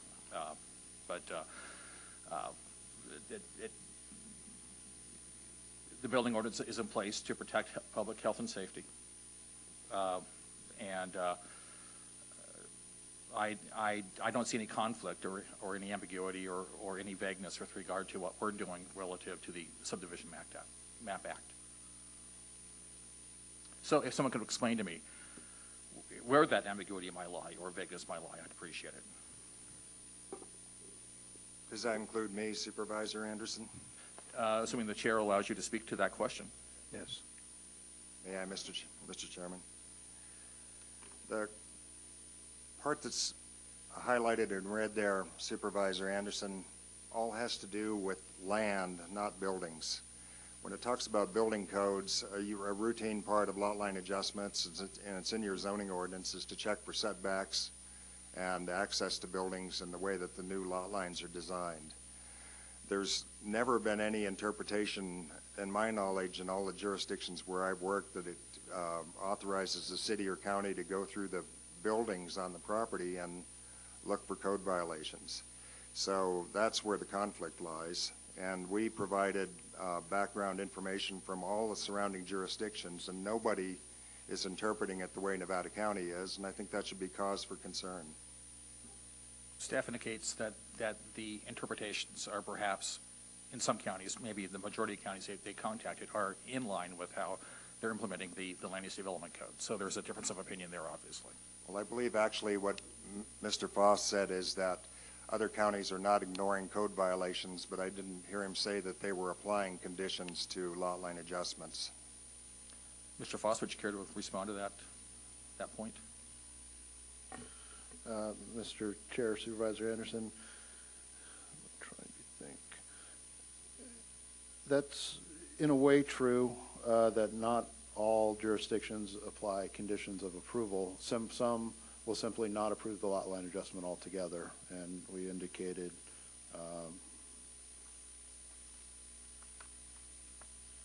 Colusa, Yolo, Sacramento, and San Benito would basically hold the lot line adjustment up and not condition it in order to resolve the violations, whereas San Bernardino and Shasta may approve it, may not, depending on the severity of it, and may refer it to code compliance, may not. There was a lot of different approaches to how jurisdictions deal with code violations and lot line adjustments. Not a lot of them do review all building permit history on the site, but I don't know if they would review it in a circumstance such as this where the new boundary line was in such close proximity to the structures. That level of questioning and detail was not gotten into with any inquiries of other jurisdictions. Okay. Thank you, Brian. Could I ask, oh, I'm sorry, were you done? Go ahead. Separate issue.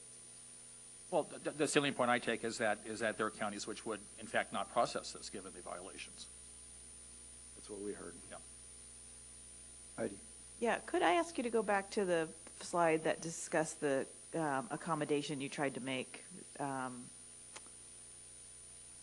when you discussed further back, I think it was. You agreed, you suggested to bifurcate the permitting issue from the lot line adjustment? Excuse me, Supervisor Hall. Yes. I'm sorry, I don't know why the overhead isn't working. So let me see if it's in here. Basically, that we would modify the condition or remove the condition, right? Not make it tied to the timing of the recordation, allow the recordation to occur.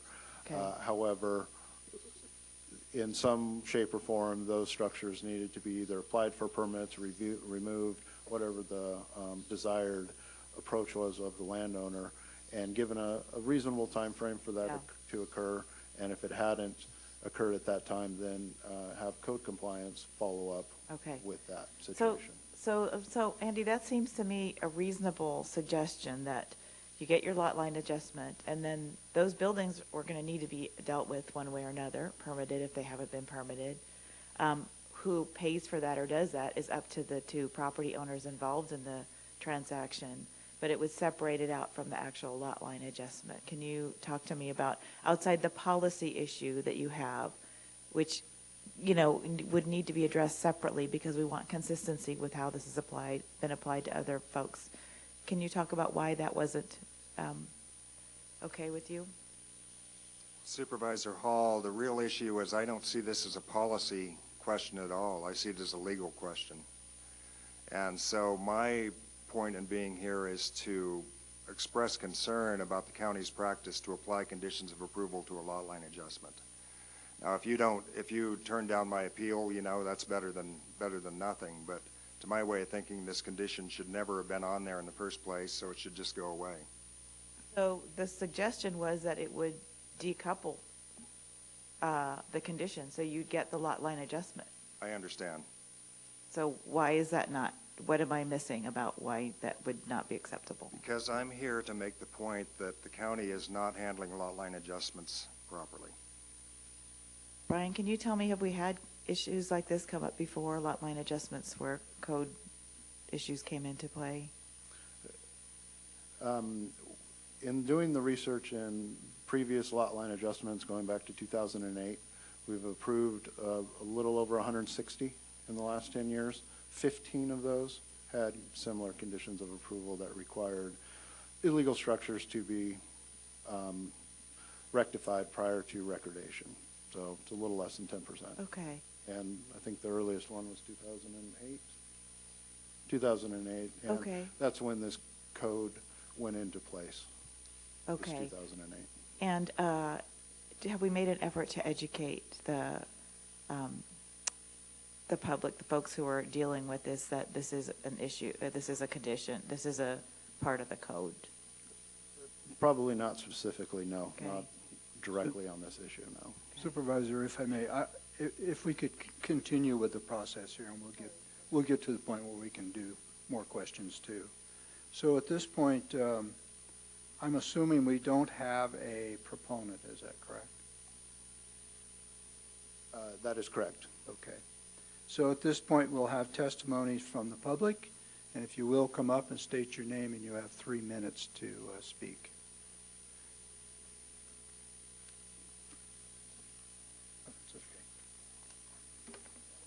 Matthew Coulter, Nevada County. I feel compelled to speak about this. I have a dear friend that for 2 years now, he's been trying to get his line on his property adjusted. Originally, it was a large piece. It was broken into 3 pieces.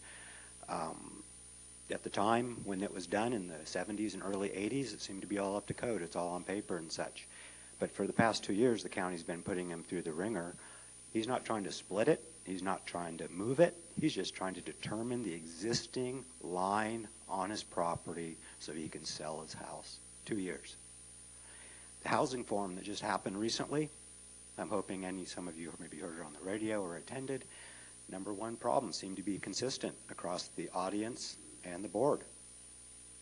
Planning department. Too much control and too much directed control of people that, have already paid their dues basically and do things correctly. So it's almost like who you know, not what you know.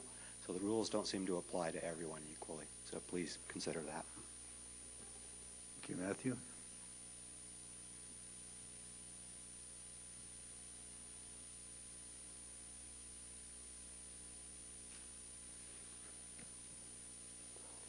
Mr. Chairman, members of the board, my name is Ken Baker. For the record, my brother is Keith Baker, who's here today with his wife Claudia as part of the application. I am a practicing professional land surveyor and have been in Nevada County for 45 years. I practiced in the surrounding counties. I processed a number of lot line adjustments, probably more than the number that Brian has quoted, having attended in the last 10 years. only on one occasion in Nevada County did I have an exception to a lot line adjustment. And that was stopped before it could fester by then County Council Jim Curtis, who said that lot line adjustments should not have conditions of approval applied to them. And I think that's the error that the community of land surveyors and engineers and real estate professionals have been working with. They do lot line adjustments to try to enhance the quality of the neighborhoods that they're in. You know, take care of a setback, increase the lot sizes, make additional room for a septic system, watch for tree locations so that they can be on the proper lot. Take care of those things. Don't go out looking for conflicts of interest within a lot line adjustment. And I think in this particular case, maybe a couple of points have been overlooked. Number one, NID acquired their easement after those structures were constructed. So NID was well aware that those structures could be, and it sounds like are, within their easement area.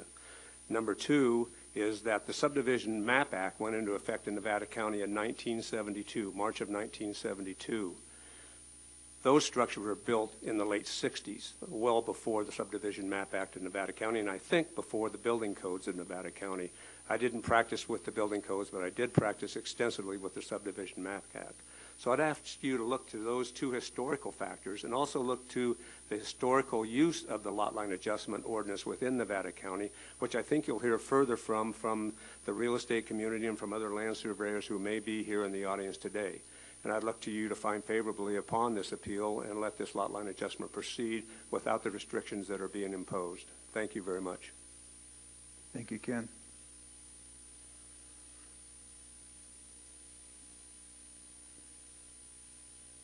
There's a couple seats up here, so if you'd like to speak, come on up and take the second seat too. Good morning.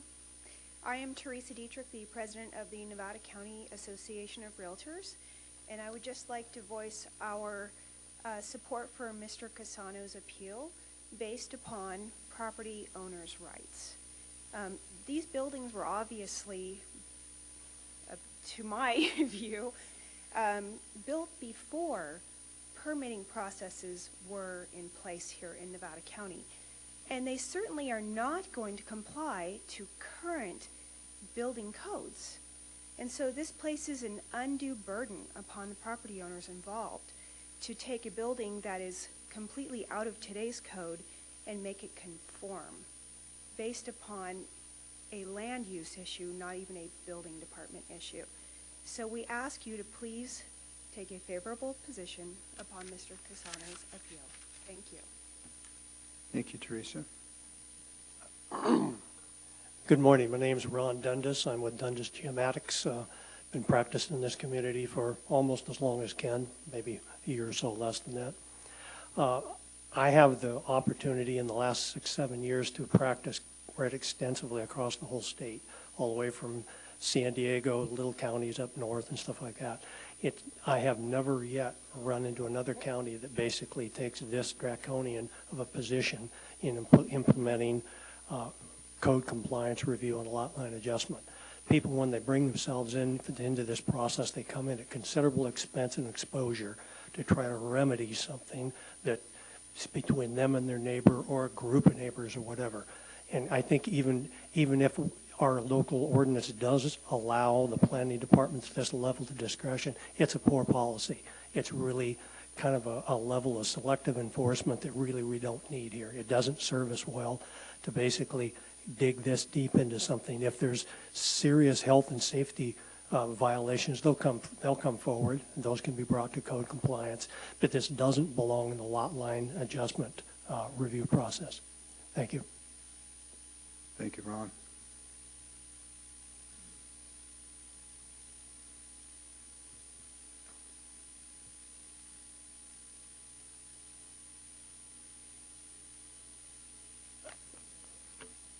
Good morning. Kirk Ferris. I've been a realtor for over 40 years in this county, and I'd like to voice affirmation for Mr. Casano's project. Also for the fact that the last few speakers that have spoken have made it a point that we, in fact, are trying to remedy things when we're doing lot line adjustments.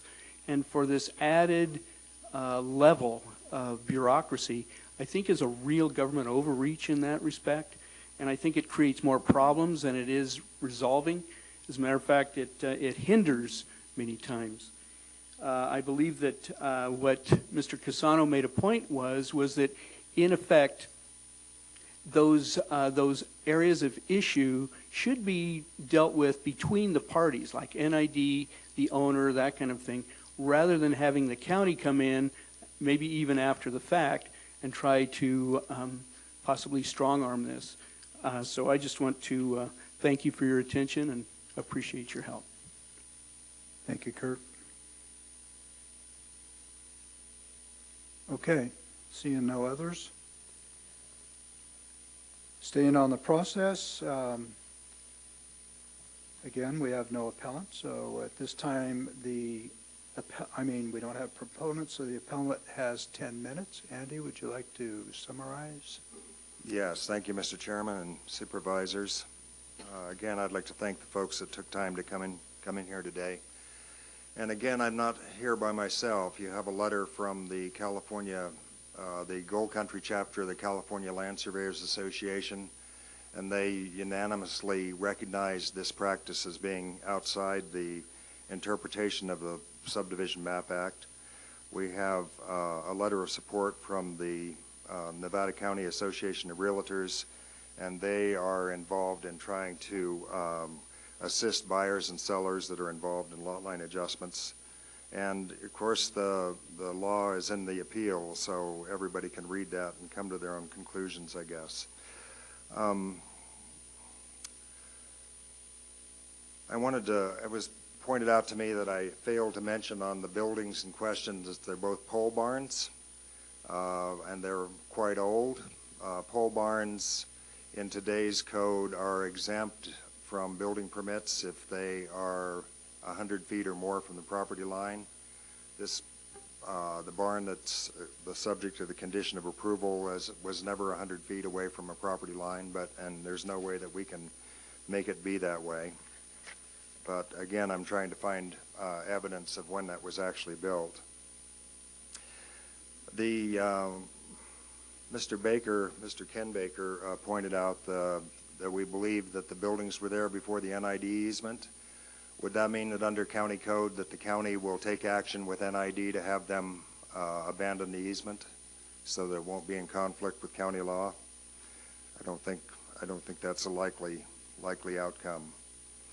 So the point of our appeal here today is that you're starting to do stuff that's different than anything around you, and we would appreciate you falling back into the normal way of interpreting the Subdivision Map Act. And I think this issue that Mr. Dundas brought up about selective enforcement, there's something really kind of mean-spirited about starting code enforcement investigations with everybody that files for a permit or an application. Why is that? Everybody else is subject to somebody filing a complaint or starting an investigation or somebody providing some tangible evidence of a violation. And here, this is being applied not only to lot line adjustments, but to other building permits, well permits, those types of things. So it's not what would be my vision of good public policy to discourage people from applying for permits. In our appeal, I laid out findings that I think you could use as the basis to direct staff to prepare a resolution that would be in the favor of the appeal, and I would like to encourage you to do that.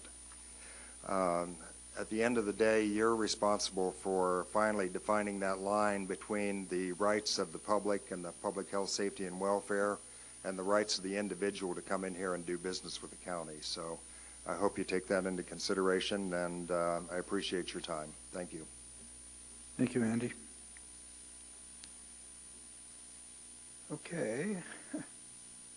So this calls for a rebuttal of the public. If anyone would like to speak again, you would have 2 minutes. If anybody like a second shot at opportunity to make another point on this? Okay. Seeing none then, we'll have staff summation, and then we'll bring it to the board. Thank you, Mr. Chair. In any case, when we have illegal structures, we're certainly willing to work with the property owner to determine whether or not there's any evidence of when those structures were built. And if they were pre-1962, when the county began to require building permits, then that's been proven and shown in other cases, and we move forward and consider those structures that don't need permits. That hasn't been produced in this case. We did get evidence of a building permit record from 1963 for the house that's located a little further away that indicates there's no other structures on the property at that time the building permit was issued in 1963. So our read on that situation is that any subsequent structure requires a permit because it was after 1963. I would point out that these structures are directly related to the lot line adjustment, so that's really the only reason we're looking to verify what these structures were and if they were in the same configuration that were shown on the site plan so that we could ensure that the lot line adjustment meets our standards for the setbacks. We were not looking for re-roofing permits or opening water heater closets. There was simply structures represented on a site plan, a note indicating that those structures were to remain 30 feet from the property lines, and we need to verify what those structures were and if they do in fact exist in the location and have not been added on, or other type of issues that may cause those structures not to meet setbacks after we've already approved the lot line adjustment. And I would point out that we have been enforcing this condition as it arises since 2008, so it's not a brand new practice by county staff. And I believe that if we did not treat lot line adjustments this way, that would be more selective enforcement in treating lot line adjustments differently than we treat any other building permitted or administrative building permit. So be happy to answer any other questions. Thank you, Brian. Heidi? Thanks for the additional presentations. That was very helpful to get the other comments. Brian, since the NID easement was brought in after the structure was built, did NID have to come to us for any approval on this? No, usually easements can get recorded without county approval. Okay. So if we want to impose the setback that we impose on others, wouldn't it be just to ask NID to make that adjustment?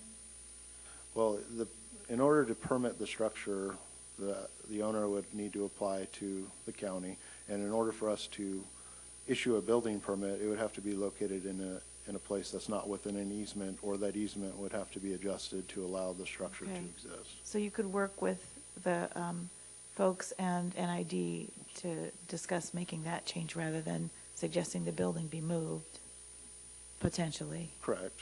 Okay. Yes. Okay. I guess I just want to say, you know, I don't want us to be an outlier. I don't want us to be excessively restrictive. I agree that when people are coming in to do the right thing, we want to help them. On the other hand, I live on a couple of acres with a house built in 1981 and might want to make some changes. I've always made the assumption that if I start making changes and come into the planning department, anything that hasn't been fixed in the past will need to get fixed. That's, my dad taught me to assume that. So, you know, I'm a little torn on this. I want us to be consistent and do the right thing. I don't want us to be an outlier, however, and I don't want to make it harder for folks trying to do the right thing to do their work.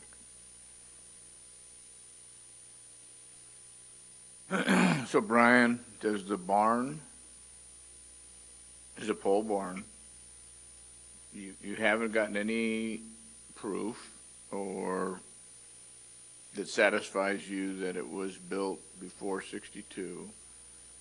So it's a pole barn that now doesn't require a permit. So in theory, you're just looking at the setback. It would require a permit after the lot line adjustment because it's no longer 100 feet from a property line. Okay, And that was my question. Is defined as having no sides. There's clearly a wall here. I mean, that's kind of a minor issue, but I don't know that exactly meets the definition of a pole barn with an enclosed side. You take the side off, right? Right. So, but the barn itself, go back to that little green new stuff. So the barn, where it says right there, barn, it's 30 feet back from the property line, but it's not 100 feet. I don't believe it's 100 feet from either of the two closest property lines, the existing or the proposed. So explain to me why 100 feet and not 30 feet. 100 feet is an exemption through the building code for pole barns. So it's a different setback in order to not require a formal permit. It still requires site plan review and certain requirements to be met, but it's not a full-scale building permit if it were to be 100 feet. It can still be allowed, pole barn or a three-sided or one-sided structure can be allowed up to 30 feet, but it just requires the regular building permit process. Okay.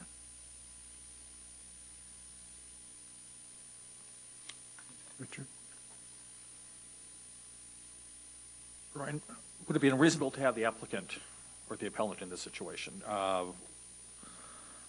work with NID to determine if this is a problem for NID, and then if it isn't a problem, then to condition them, advance the application along as requested.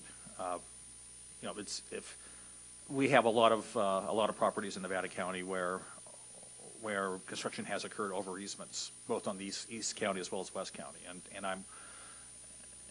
I'm wondering what precedents this might set in restricting our abilities to creatively deal with those sorts of easement conflicts. So if NID determines that from their perspective they have no issue, and if they can provide that through the applicant to planning staff, would that be of assistance? It would help with one of the issues, given its location likely within an easement. It doesn't address the absence of permits for that structure. Like I mentioned, if there was a relocation of the easement or a change in the language in the easement that allows that structure to remain, then that would allow us to potentially issue permits for it and not have to do anything further with the easement location. Thank you. You know, this I think would be a lot easier to deal with if all we were talking about was this project. But this appeal has to do with a county policy that is much bigger than an old pole barn. So this is what I'm struggling with. If these issues come to light, I mean, you can't just turn your head. This county, I think, is known for a lot of unpermitted projects that go on, and I always tend to say, you know, at some point, it's going to catch up with you. And this is one of those areas where you can get caught up with it. And if you take care of it, and this one, it looks to me like there might be solutions. You take care of it, and you're much better off in the future. Because I'm telling you, when you deal with code violations, old code violations, it becomes very, very difficult. It's one of the hardest ones that we have to deal with as supervisors. So that's really what I'm struggling with. Even if you made an exception and said, okay, we'll approve this lot line adjustment, which basically you did, but we need to make a note of what we've discovered as unpermitted structures. At some point, that's going to come back and get you. You want to sell that property? You can't really sell it until you resolve the unpermitted structure. So that's what I'm really struggling with. I'm missing why we would want to just go ahead and say, oh, sure, just go ahead and do it. Too bad about those unpermitted structures, because at some point they'll come back and say, well, look, you approved the lot line adjustment. You said this was okay. And it's not. So I'm sorry. If we were just dealing with this project, I think it would be relatively easy to, I don't know how much easy, but we're looking at a much larger policy here, and that's really what I'm struggling with. So the offer was to remove the condition of the approval of the boundary line adjustment, property line adjustment, but to include an advisory note in the approval that the unpermitted structures needed to be permitted or process started, right? I mean, I'm assuming, I mean, I've gone through this, that these things, the 60 days ends up being 120 days, 180 days because. So it's not, prior actions have never held to the solid 60 days. I mean, something has to begin in 60 days, but it doesn't have to get completed. Right. I mean, we try and work with people as much as possible, as long as there's some progress being made and moving forward.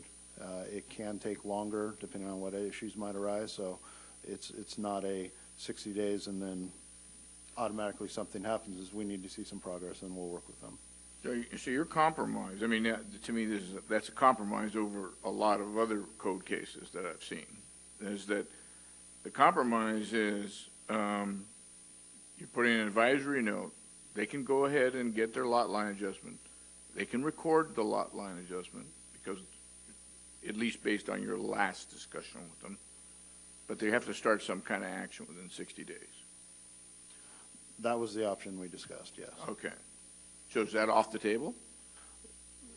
That's, no, I mean, that's, if your board wants to go that way, that would become probably more of the new policy is how we deal with these types of issues. If that's something the board is comfortable with, or if that is something that is a one-time only, I would probably want some clarification on how that direction was to be implemented in the future. Okay. So I'm sitting here as a country boy, and I'm looking at it, and the same results would happen on any lot line adjustment. You would get it permitted. It's just that they're not coupled. That's the way I read it. If we change the policy, if we did. Right, to some degree, it's kind of a changing of the timing of the requirement rather than prior to recordation. You can record and then you still have to address it after you record the lot line adjustment. So it's more of a timing issue. So it's still coupled in that case, but what exactly is the benefit for the property owner other than giving them more time to deal with the issue? Like I said, depending on the complexities of getting those structures permitted, in this case or others, there may be some need for urgency to record the lot line adjustment for whatever the case may be. And so the benefit would be allowing that to occur, whatever transaction or issue is being resolved with the lot line adjustment to be done. But we still have not, we still are addressing the unpermitted structures in some way, shape, or form in some identified time frame. That seems like a pretty reasonable compromise to me. Can you, Andy, speak to, would that address some of your concerns in terms of the policy? If not all of them, but maybe some of them? It would be a better outcome for us than an outright denial of the appeal, yes. Thank you.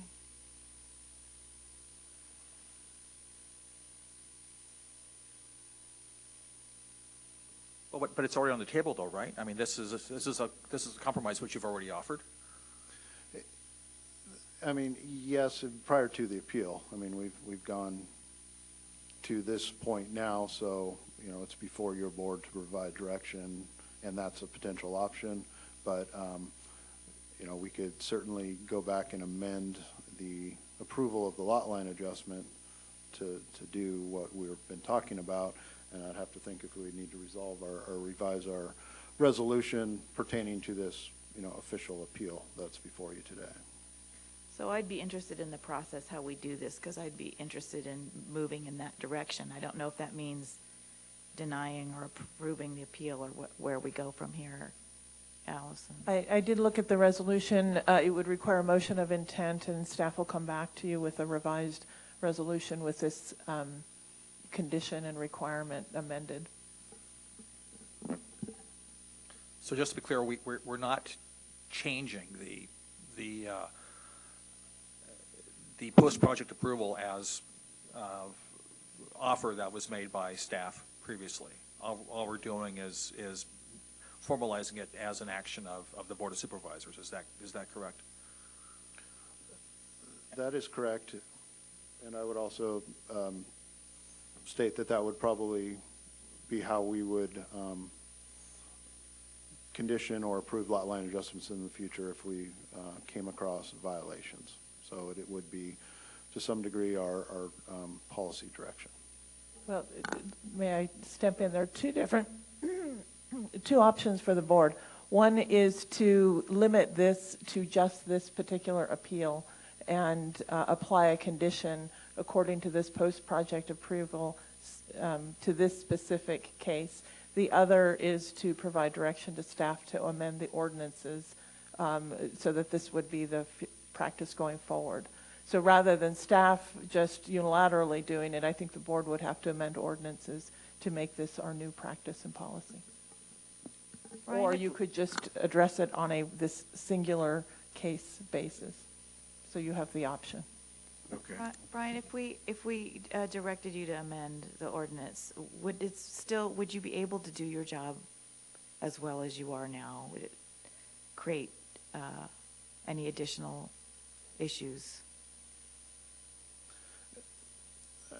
I'd have to look to be 100%, but I mean, I think it's really a timing issue, and so I don't know that it would significantly change much. I mean, our ultimate concern is knowledge about unpermitted structures and not doing anything about them.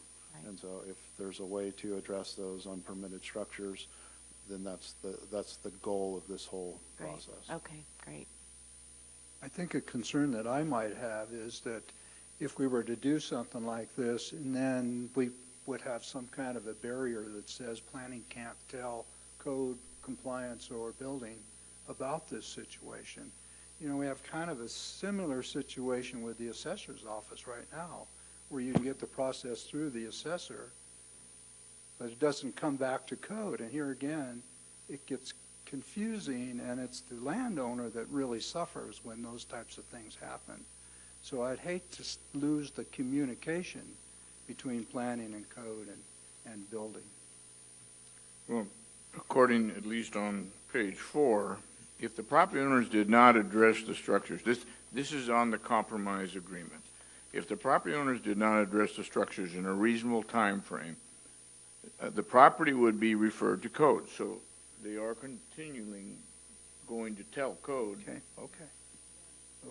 So I don't see that happening. Of course, my concern is that if you do it for just this one, then every case that comes up that is almost like it or almost fits in, you're going to be in the middle of this saying, well, you did it for them, you got to do it for me. So to me, it's cleaner that if this board agrees to decouple the issue of you can get your lot line adjustment, but you still have to go in and address the unpermitted as being policy, then we're treating everybody the same. I don't like treating specific cases differently. So I mean, Hank, we should be consistent. So Hank, you're saying that we should not, or that the code violation issue should be ignored in this situation, that we should approve the lot line adjustment and not deal with it? Okay. No. So what are you proposing? What I'm saying is if we're going to change the policy about how these are dealt with, basically which says you can get your lot line adjustment, but you still have to go forward with that, but they're not coupled together. Right now, the way it is, they can't get the lot line adjustment without meeting the condition, and the condition is you get them permitted. That's what it is now. And the compromise that was offered by planning that was not accepted said we're not going to couple that, but it's still going to go to code compliance if you don't do anything in a reasonable amount of time. And I think what we're talking about here, based on what County Council said, is we can defer this particular issue by giving direction to staff to adjust the ordinance to allow this decoupling for this appellant and for any other people coming forward on this issue. And that's where I have an issue, because there may be situations where we don't want that decoupling. There may be situations where we, in fact, want something to happen ASAP. I'm more comfortable having it happen on a case-by-case basis. And in this situation, we are creating a precedent, which, as appropriate, will guide staff for future lot line adjustments. But I'm not sure that we necessarily need a change in policy, because we don't know what situations there may be in the future that may require action taken on a more expeditious basis. I think that would be left up to the discretion of the planning department. I mean, the way I would read it is we allow them to decouple it, but there's a timing issue. And I know that code works hard to work, if people are coming forth and getting their stuff done, they work hard to give more time. But if we have an egregious situation that's health and safety, they could move more aggressively. Is that correct? If we, even with a changed code? Under the current code, that would be correct, because it is a may in the current code. If you change the code, you might lose some of that discretion. So it just, it really is the issue of, do we deal with these on a case-by-case basis based on what is, the specific facts involved, or, do you want an across-the-board policy change? Well, to my mind, it feels actually fairer, Richard, to do an across-the-board adjustment to the ordinance. It doesn't totally change it, makes a slight adjustment, makes it easier for property owners to move forward, but does not back us off of the permits needed, which I think are important. Well, I haven't seen the language of the policy adjustment, and my concern is that what I'm hearing may be too broad, and it strikes me that the may that County Council is referring to, frankly, indicates wisdom on the part of the crafters of the ordinance, that discretion has utility versus the mandatory language of shall. And what you're discussing is creating a shall when a may, when discretion may actually be more useful with regard to dealing with problems.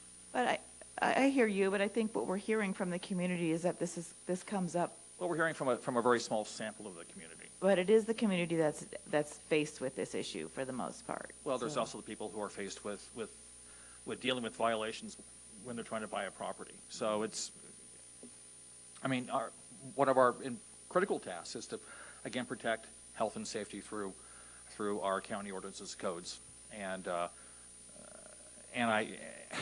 frankly, we've sort of punted as a county with regard to actively patrolling for violations, and now we rely upon either complaints from neighbors, or we rely upon the applicant requesting a favor from the county, like a land adjustment, and which gives us the ability to determine, are there problems that need to be resolved. And in this situation, there are issues that need to be resolved, and I think that the compromise that staff has offered the applicant is actually pretty reasonable. I'm not sure that it. No, I shouldn't say I'm not sure. I don't believe that it's something which needs to be codified, though, as a policy. I think that giving staff the discretion to deal with the issue, to deal with issues that crop up under lot line adjustments in the future is a wise approach. I trust staff to do a good job in analyzing and determining where they may need to be a little more aggressive in dealing with code violations than otherwise. And this actually provides us, what's happening here is a situation that gives us precedent to be a little more lenient when the situation calls for it. But I don't necessarily think that we should develop a policy which may come back and actually harm health and safety issues, or impact health and safety issues in the future. So we have a differing perspective on that. Well, and I wonder if I should propose, see where my colleagues are on this. Quick question. If we were to do this compromise, where does that leave code, an active case? For this situation, there would not be a code compliance case until after 60 days. Then it would be referred to code if no movement had been made by the property owner. And that would likely be in the form of submitting realistic plans to the building department for permitting, or finding other evidence of past permits or something like that, working on a way to verify that the structures were either built legally, or they are going through the permit process to become legal. So, Brian, so this was your compromise was sort of outside, quote, the policy that everybody wants to talk about. So you have that authority now on a case-by-case basis? You feel comfortable you have that? I think that may is where the language that says that we may condition is where that flexibility comes in. I look at that as a timing issue and not an ignorance of potential violations, but to work with the property owner and the applicant for a reasonable solution to the issue. One thing I want to highlight here is that this time frame is actually shorter than would be for just a normal approval of a lot line adjustment, whereas a lot line adjustment approval is good for 3 years. This puts a time frame on the owner to do something within 60 days, where absent that, they would have a longer period of time to either not record the lot line adjustment or go through the process to try to get the structures permitted. This puts a finer point on the amount of time that we're giving the property owner. Because in the other situations, when this condition was applied, it was up to the property owner on basically when to move forward, and it was basically the carrot was recording of the lot line adjustment. This would give the lot line adjustment, allowed it to be recorded, but now they're on the hook on 60 days. So it's kind of a shifting of the carrot and the stick issue. So under a lot line adjustment, you have 3 years to apply it? You have 3 years to record it. Record it. Right. And there would not be an identified time frame to address those structures. It's simply tied to prior to recordation of the lot line adjustment that needs to be addressed. So I want that to be known that the way that we're doing it is the most beneficial to the property owner that we can possibly allow as far as leniency with timeframes and addressing the issues. So your compromise cut it from 3 years to 60 days? Well, depending on the level of the importance of getting that lot line adjustment approved and the complexity. So it's kind of a choice. And Andy, would that be an issue for you, the folks that you're representing? I think that it still would be a better outcome for our situation. I think the difference is that sometimes lot line adjustment involves the sale of the property being adjusted, so it would allow, for example, a property owner to get the revenue from the lot line adjustment and then maybe have the funding to do the code compliance work.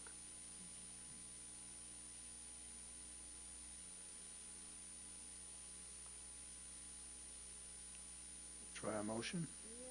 Yeah, I might need some help with the language on this, Allison, but I think what I'd like to move is to make a motion of intent.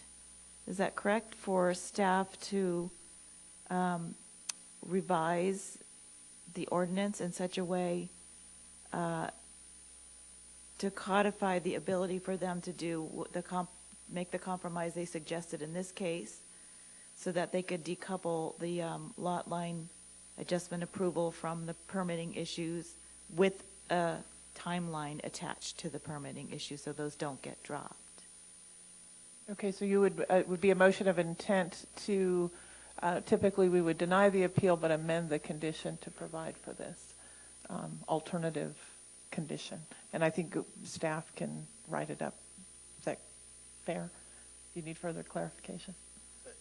From what you said, that would be amending the condition, but I don't know, would it also be amending the ordinance language?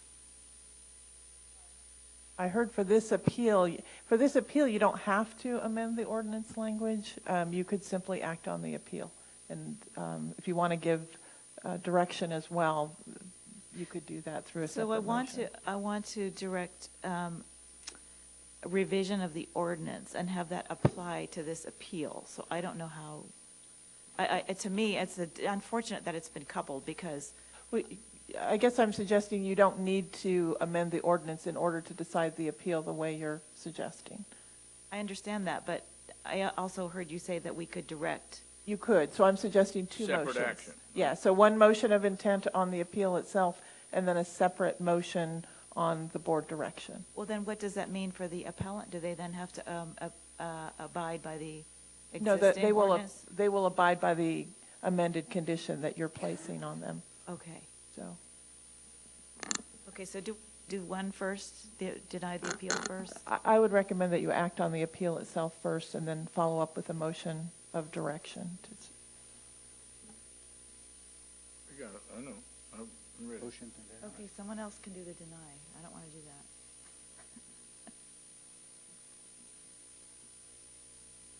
that.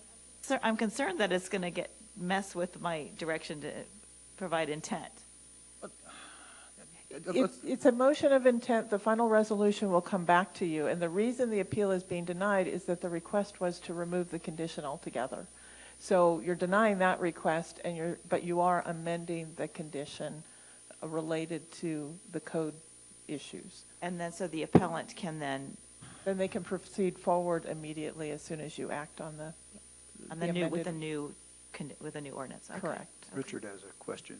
So I'm not clear in how we are modifying the code conditions, or the conditions for which staff has proposed for this lot line adjustment.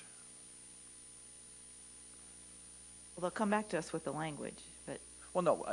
Well, there are two things happening, it seems to me. There are two issues at hand. There's the policy question, and it sounds like you want to change the policy, which will apply to future lot line adjustments, not just this one. So, but there's also but staff has offered through the current through their review of this lot line adjustment what we see on our screen, which is the conditions of approval, which is referral to code compliance after 60 days, et cetera. So I think what Allison was saying is that if we deny the appeal, this still remains in place. Is that correct? I think the suggestion, because the official condition of approval does not include this language. It simply says that the structures need to be permitted or removed prior to recordation. So denying the appeal would to not remove condition number 3, but would modify condition number 3 to include this language that's on the screen. Because currently that's not in the official approval letter that was sent out for the lot line adjustment. That was a discussion that occurred after the approval letter that we would potentially revise that approval letter with this new language, and that did not occur. So County Council, how should that be worded? Well, we could do this specifically for this project without changing the policy.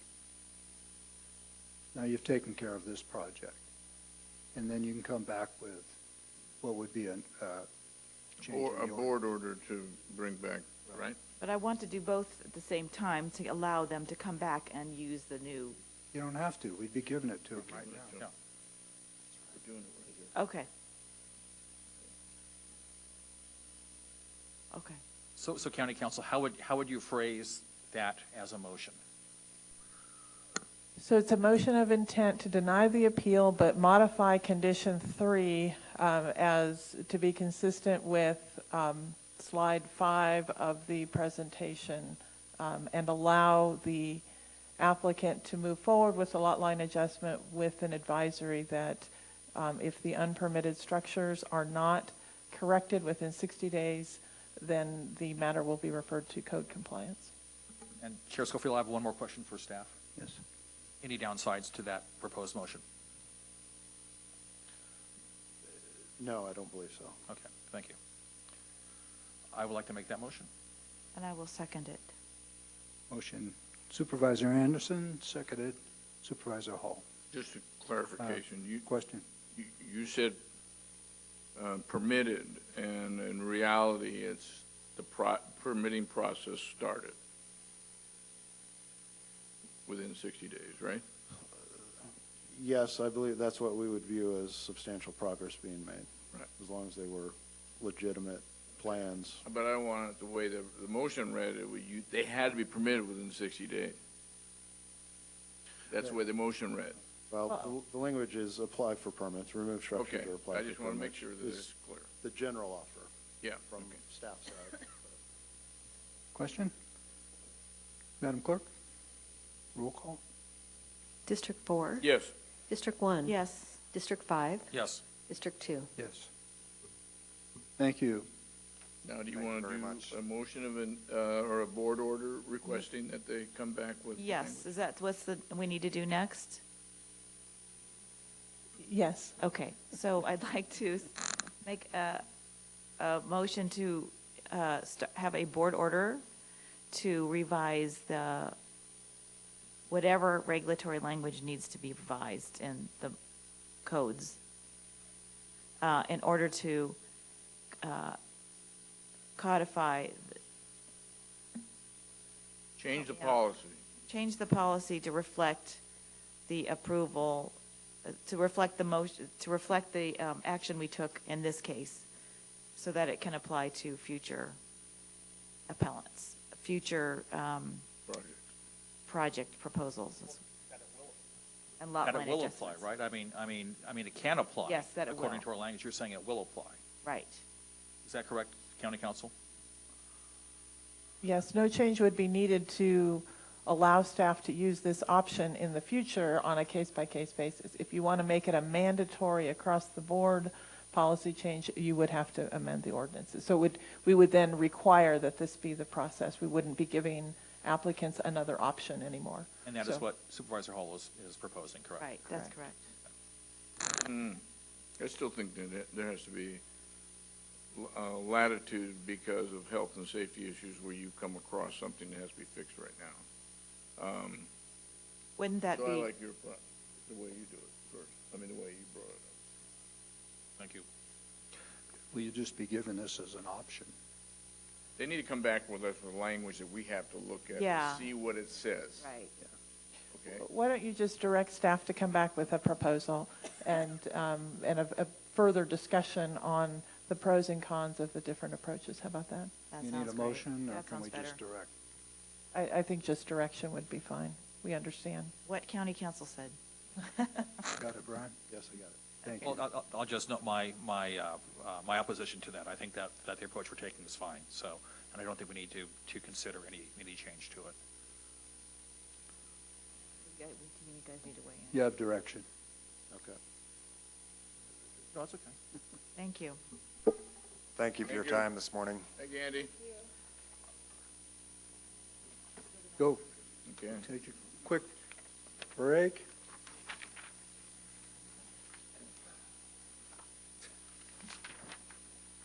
Some days we have days where we sit here for a half hour or so waiting for the next item, and other days, here we are.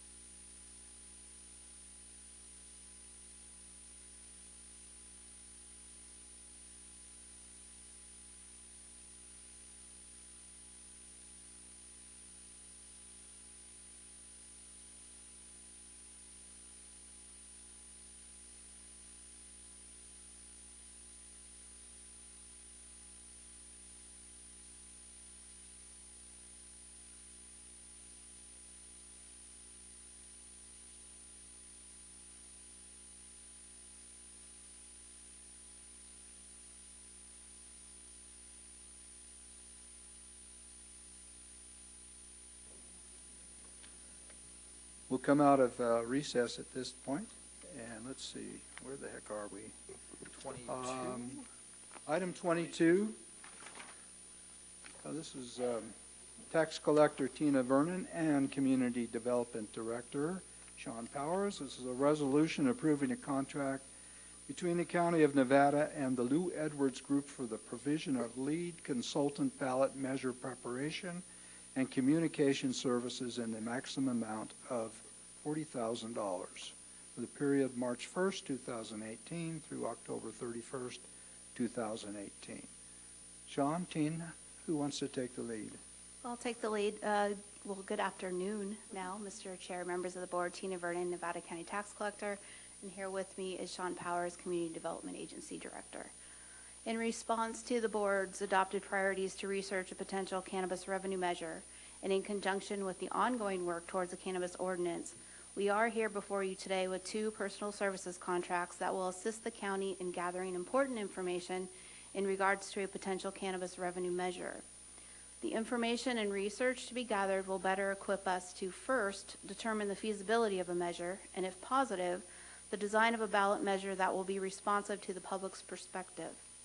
This is a research-related item only and not an action item to place the measure on the ballot at this time. 9 California counties and more than 60 cities have implemented taxes on cannabis businesses in order to generate revenue for enforcement, public education, and general government operations.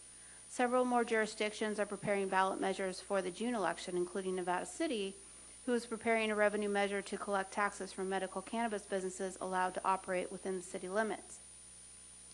This process of preparing a successful ballot measure includes extensive public opinion research, project management, public information, and the scientific development of the specific measure language itself. The history of measures and public perspectives on cannabis in Nevada County suggests a highly contentious and polarizing issue. For this reason, staff recommends hiring an experienced lead consultant to assist in the measure preparation. Lou Edwards Group, LEG, is a California leader in preparing counties, special districts, and local government agencies for revenue measures throughout the state. LEG has enacted approximately $35 billion in California revenue measures with a 95% success rate. In 2016, LEG assisted with 68 enactments, including Nevada County's Measure A, to extend and increase funding for library services. LEG will provide us with efficient, responsive, and strategic project management services and ballot measure language preparation and communication assistance throughout the project duration. They will evaluate the public opinion research conducted in relation to this initiative, confer with County Council on the development of the ballot measure itself, and recommend and draft the text copy for legally permissible public information. Our recommendation to you today is to adopt the resolution and contract with LEG for these services not to exceed $40,000. And with that, we'll be happy to entertain any questions that you may have. Thank you, Tina. Board? No question? Okay, no questions. Public?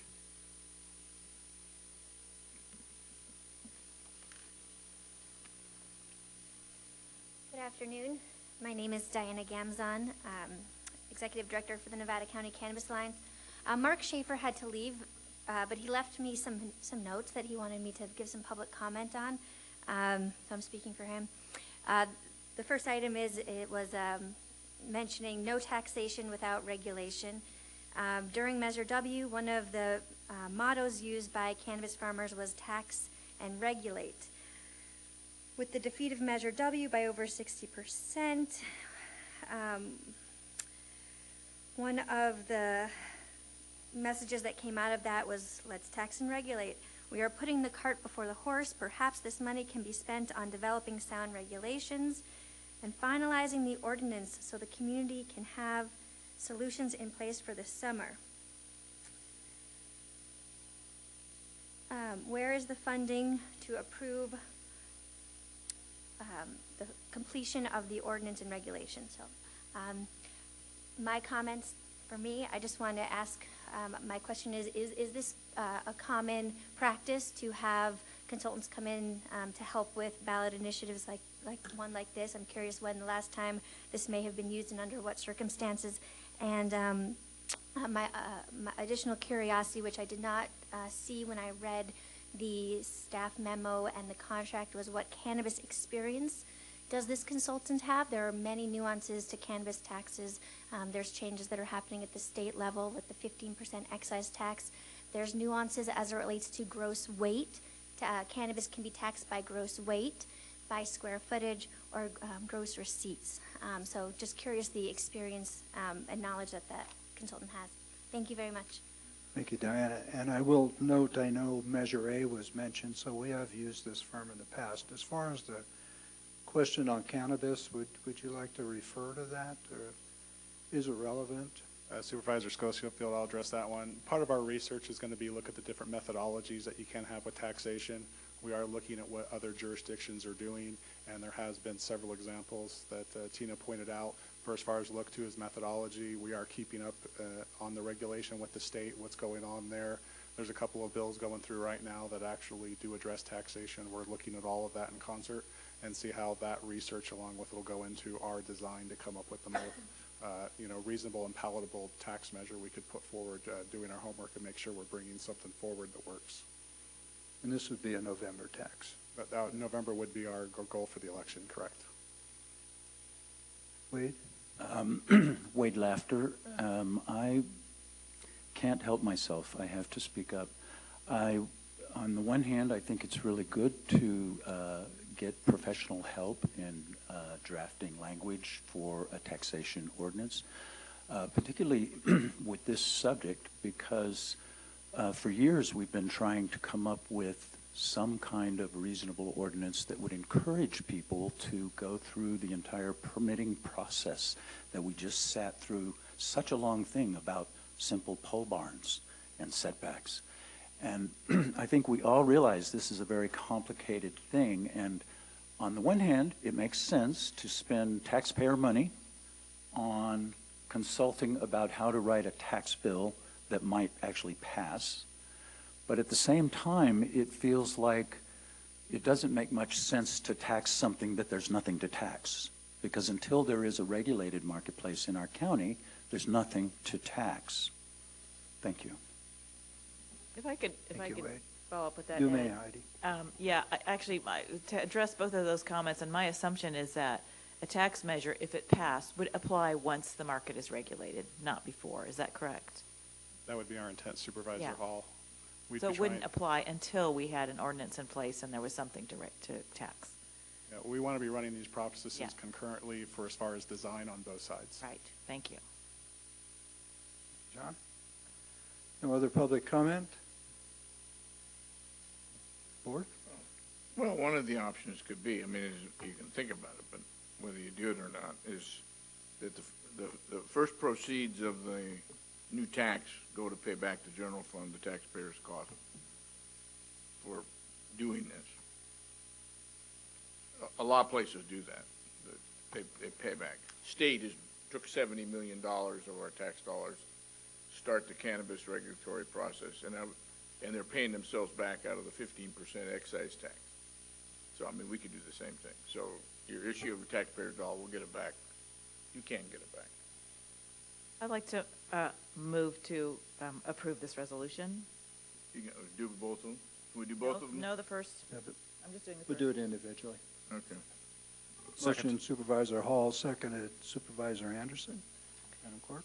District 4? Yes. District 1? Yes. District 3? Yes. District 5? Yes. District 2? Yes. Next is a resolution approving a contract between the County of Nevada and Godby Research pertaining to conducting a survey of Nevada County voters in regards to a cannabis revenue measure in the maximum amount of $28,340 for the period of March 1st, 2018 through December 1st, 2018. So moved. No, we need public comment. Don't we? Yeah, any comment? I have questions, Yeah. Yeah, I guess I was thinking you would make a presentation on this too. We have Measure W, the results of Measure W.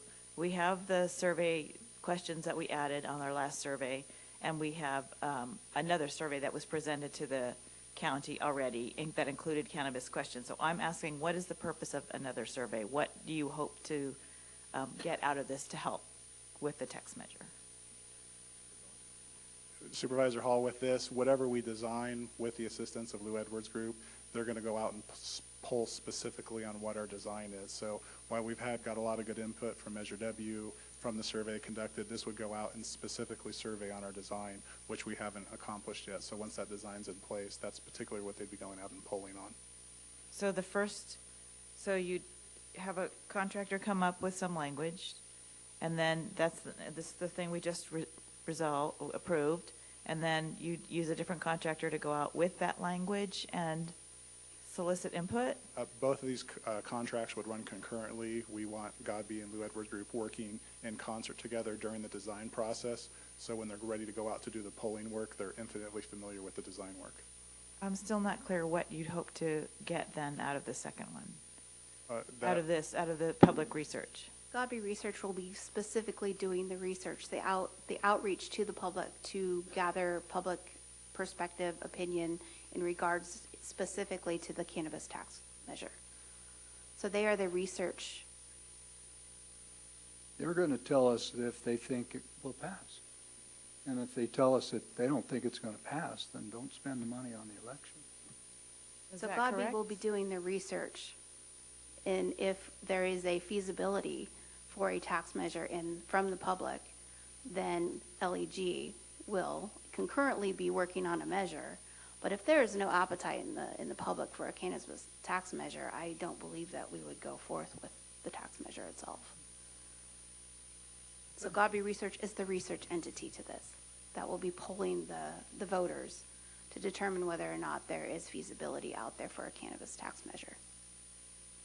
And if I could add, Supervisor Hall, part of that research allows us to modify design. We can come up with, we think is the best design in concert with our consultants, with our technical expertise, with how Tina Shop thinks the taxation methodology can be. But when we get those results back, it might cause us to make some adjustments to the design. So in other words, you are, the survey will be positing specific taxation aspects to the public and getting their response, and that will either say yes, go ahead, or no, it's going to fail, or C, you better think about modifying this in order to and here are ways to modify it, perhaps to make it more viable as a taxation measure. That would be correct, Supervisor Anderson, long before it appears on the ballot. Yep. And this survey is going to be in the unincorporated area only? That's it. Or would it be include incorporated who have their own taxation capabilities? It will be based on the full registered voter list. And there will be a 400 to 500 pool that they will actually survey. And it'll be 15 to 18-minute telephone interviews is what's going to happen with Godby Research. There'll be a live person talking to a voter to determine their public opinion. So this, if we do a tax measure, it would tax cities too. The city taxes would be on top of that, my understanding. Is that correct? No? We haven't determined the actual structure of what the measure is going to look like at this point. This is simply just to do the legwork. If I could address Supervisor Mills Anderson, as far as design goes, we'll work on that with our consultant as far as how and where the tax would apply as well to see what has the best chance of success. So my concern is, my view is this, if we're going to have someone working on this, they should be working on crafting the best tax measure, not deciding whether or not we're going to put it forward. That's just going to be another divided survey that we already have several of. So, you know, I guess I want some clarification on that. We're not asking them to come back and tell us whether or not we should put this on the ballot. We're asking them to come back with the best research possible to create the best tax measure, and then whether we go forward is up to us. That's correct, Supervisor Hall. Ultimately, the board has final discretion on what goes forward on the ballot as far as coming back to your board with a proposal for that.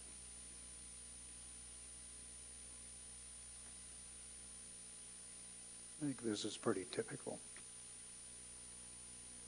Could I entertain a motion? Oh, I'm sorry, Donna. Yes.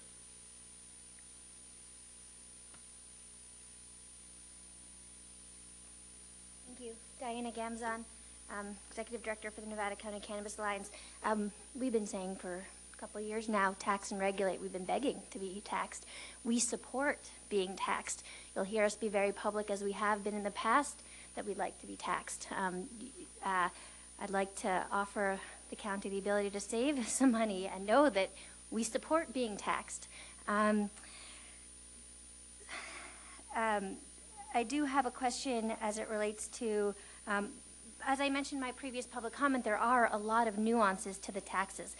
By polling our community and speaking to the average voter for 5 to 8 minutes about the nuances of cannabis taxes, I don't know what that can accomplish, that speaking with specialized consultants or even us, the industry, can't accomplish. I know that we certainly hope to be part of the conversation and we'll have very specific tax recommendations, but if ultimately this is coming back to the dais for a decision on the ultimate language, et cetera, know that yes, we want to be taxed and we will support being taxed. I did have a question if, and I didn't get clarity on this, if this was going to be a special tax. That was one of my questions, but we do look forward to being part of the process. We look forward to working with county staff. We do hope to be working with county staff and the consultants who are hired, but we have an opportunity to save some money here. Yes, tax us. Thank you. Thank you, Diana. I think we want to do this. I'm sorry, Wade. Thank you, Couldn't Chair stop Schofield. yourself. Real quick, just to second what she just said, if the feeling in working with the county and county staff, the planning department, et cetera, around cannabis has to do with we're in this together, we're trying to solve problems, we want to create a marketplace that works for as many people as possible. If that's the point of view and the attitude, then a cannabis tax, whatever, like she said, it'll pass. All of the folks who want to do this work and be regulated and fit into environmental rules, we want to play, but you guys have to give us a chance. It's really that simple. And whatever the tax thing is, if it's reasonable, you'll get the cannabis vote if there are people who see that there's a way forward for them to do this work.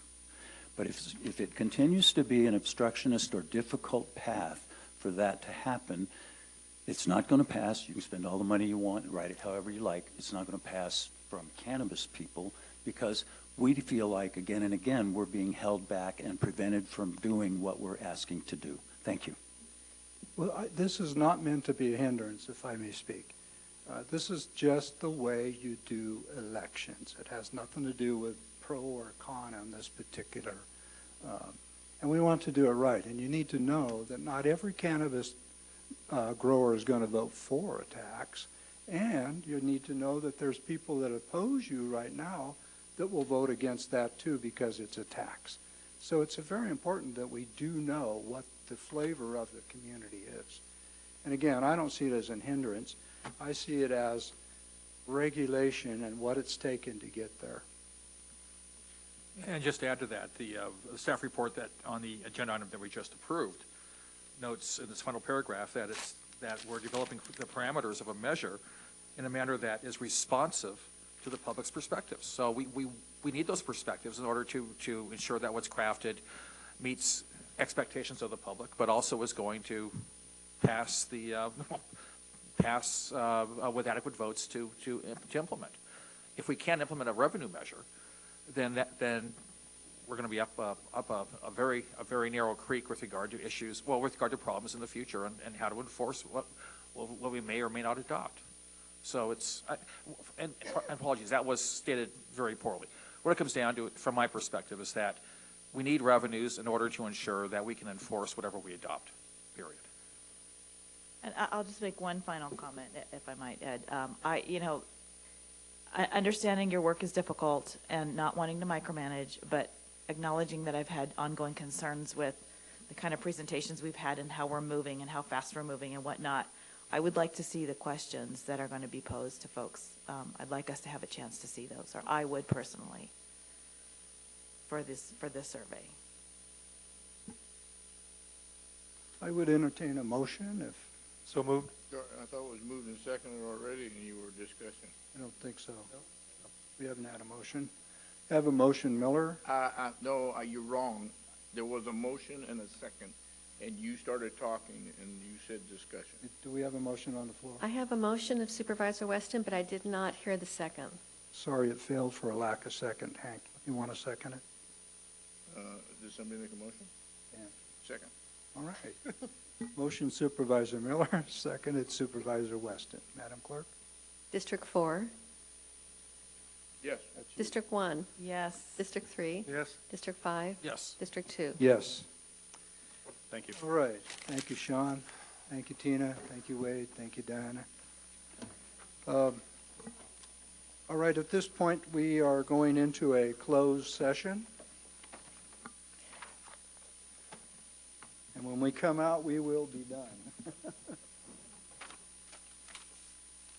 Would you like me to read you in? Yes, please. I'm sorry, Allison. That's okay.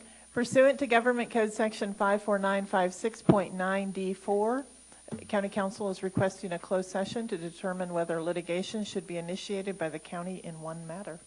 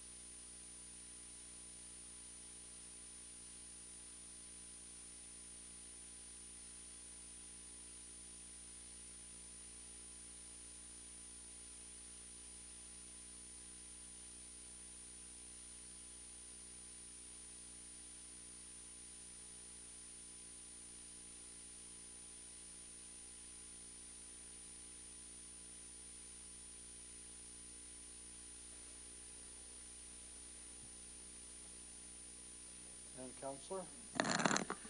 I am reporting out of closed session that the Board of Supervisors has given County Council direction to initiate a legal action. The action, the defendants, and other particulars shall be disclosed to any person upon inquiry once the action has been formally commenced. In the meantime, it is confidential and I cannot comment. Thank you, Allison. And with that, our meeting is adjourned.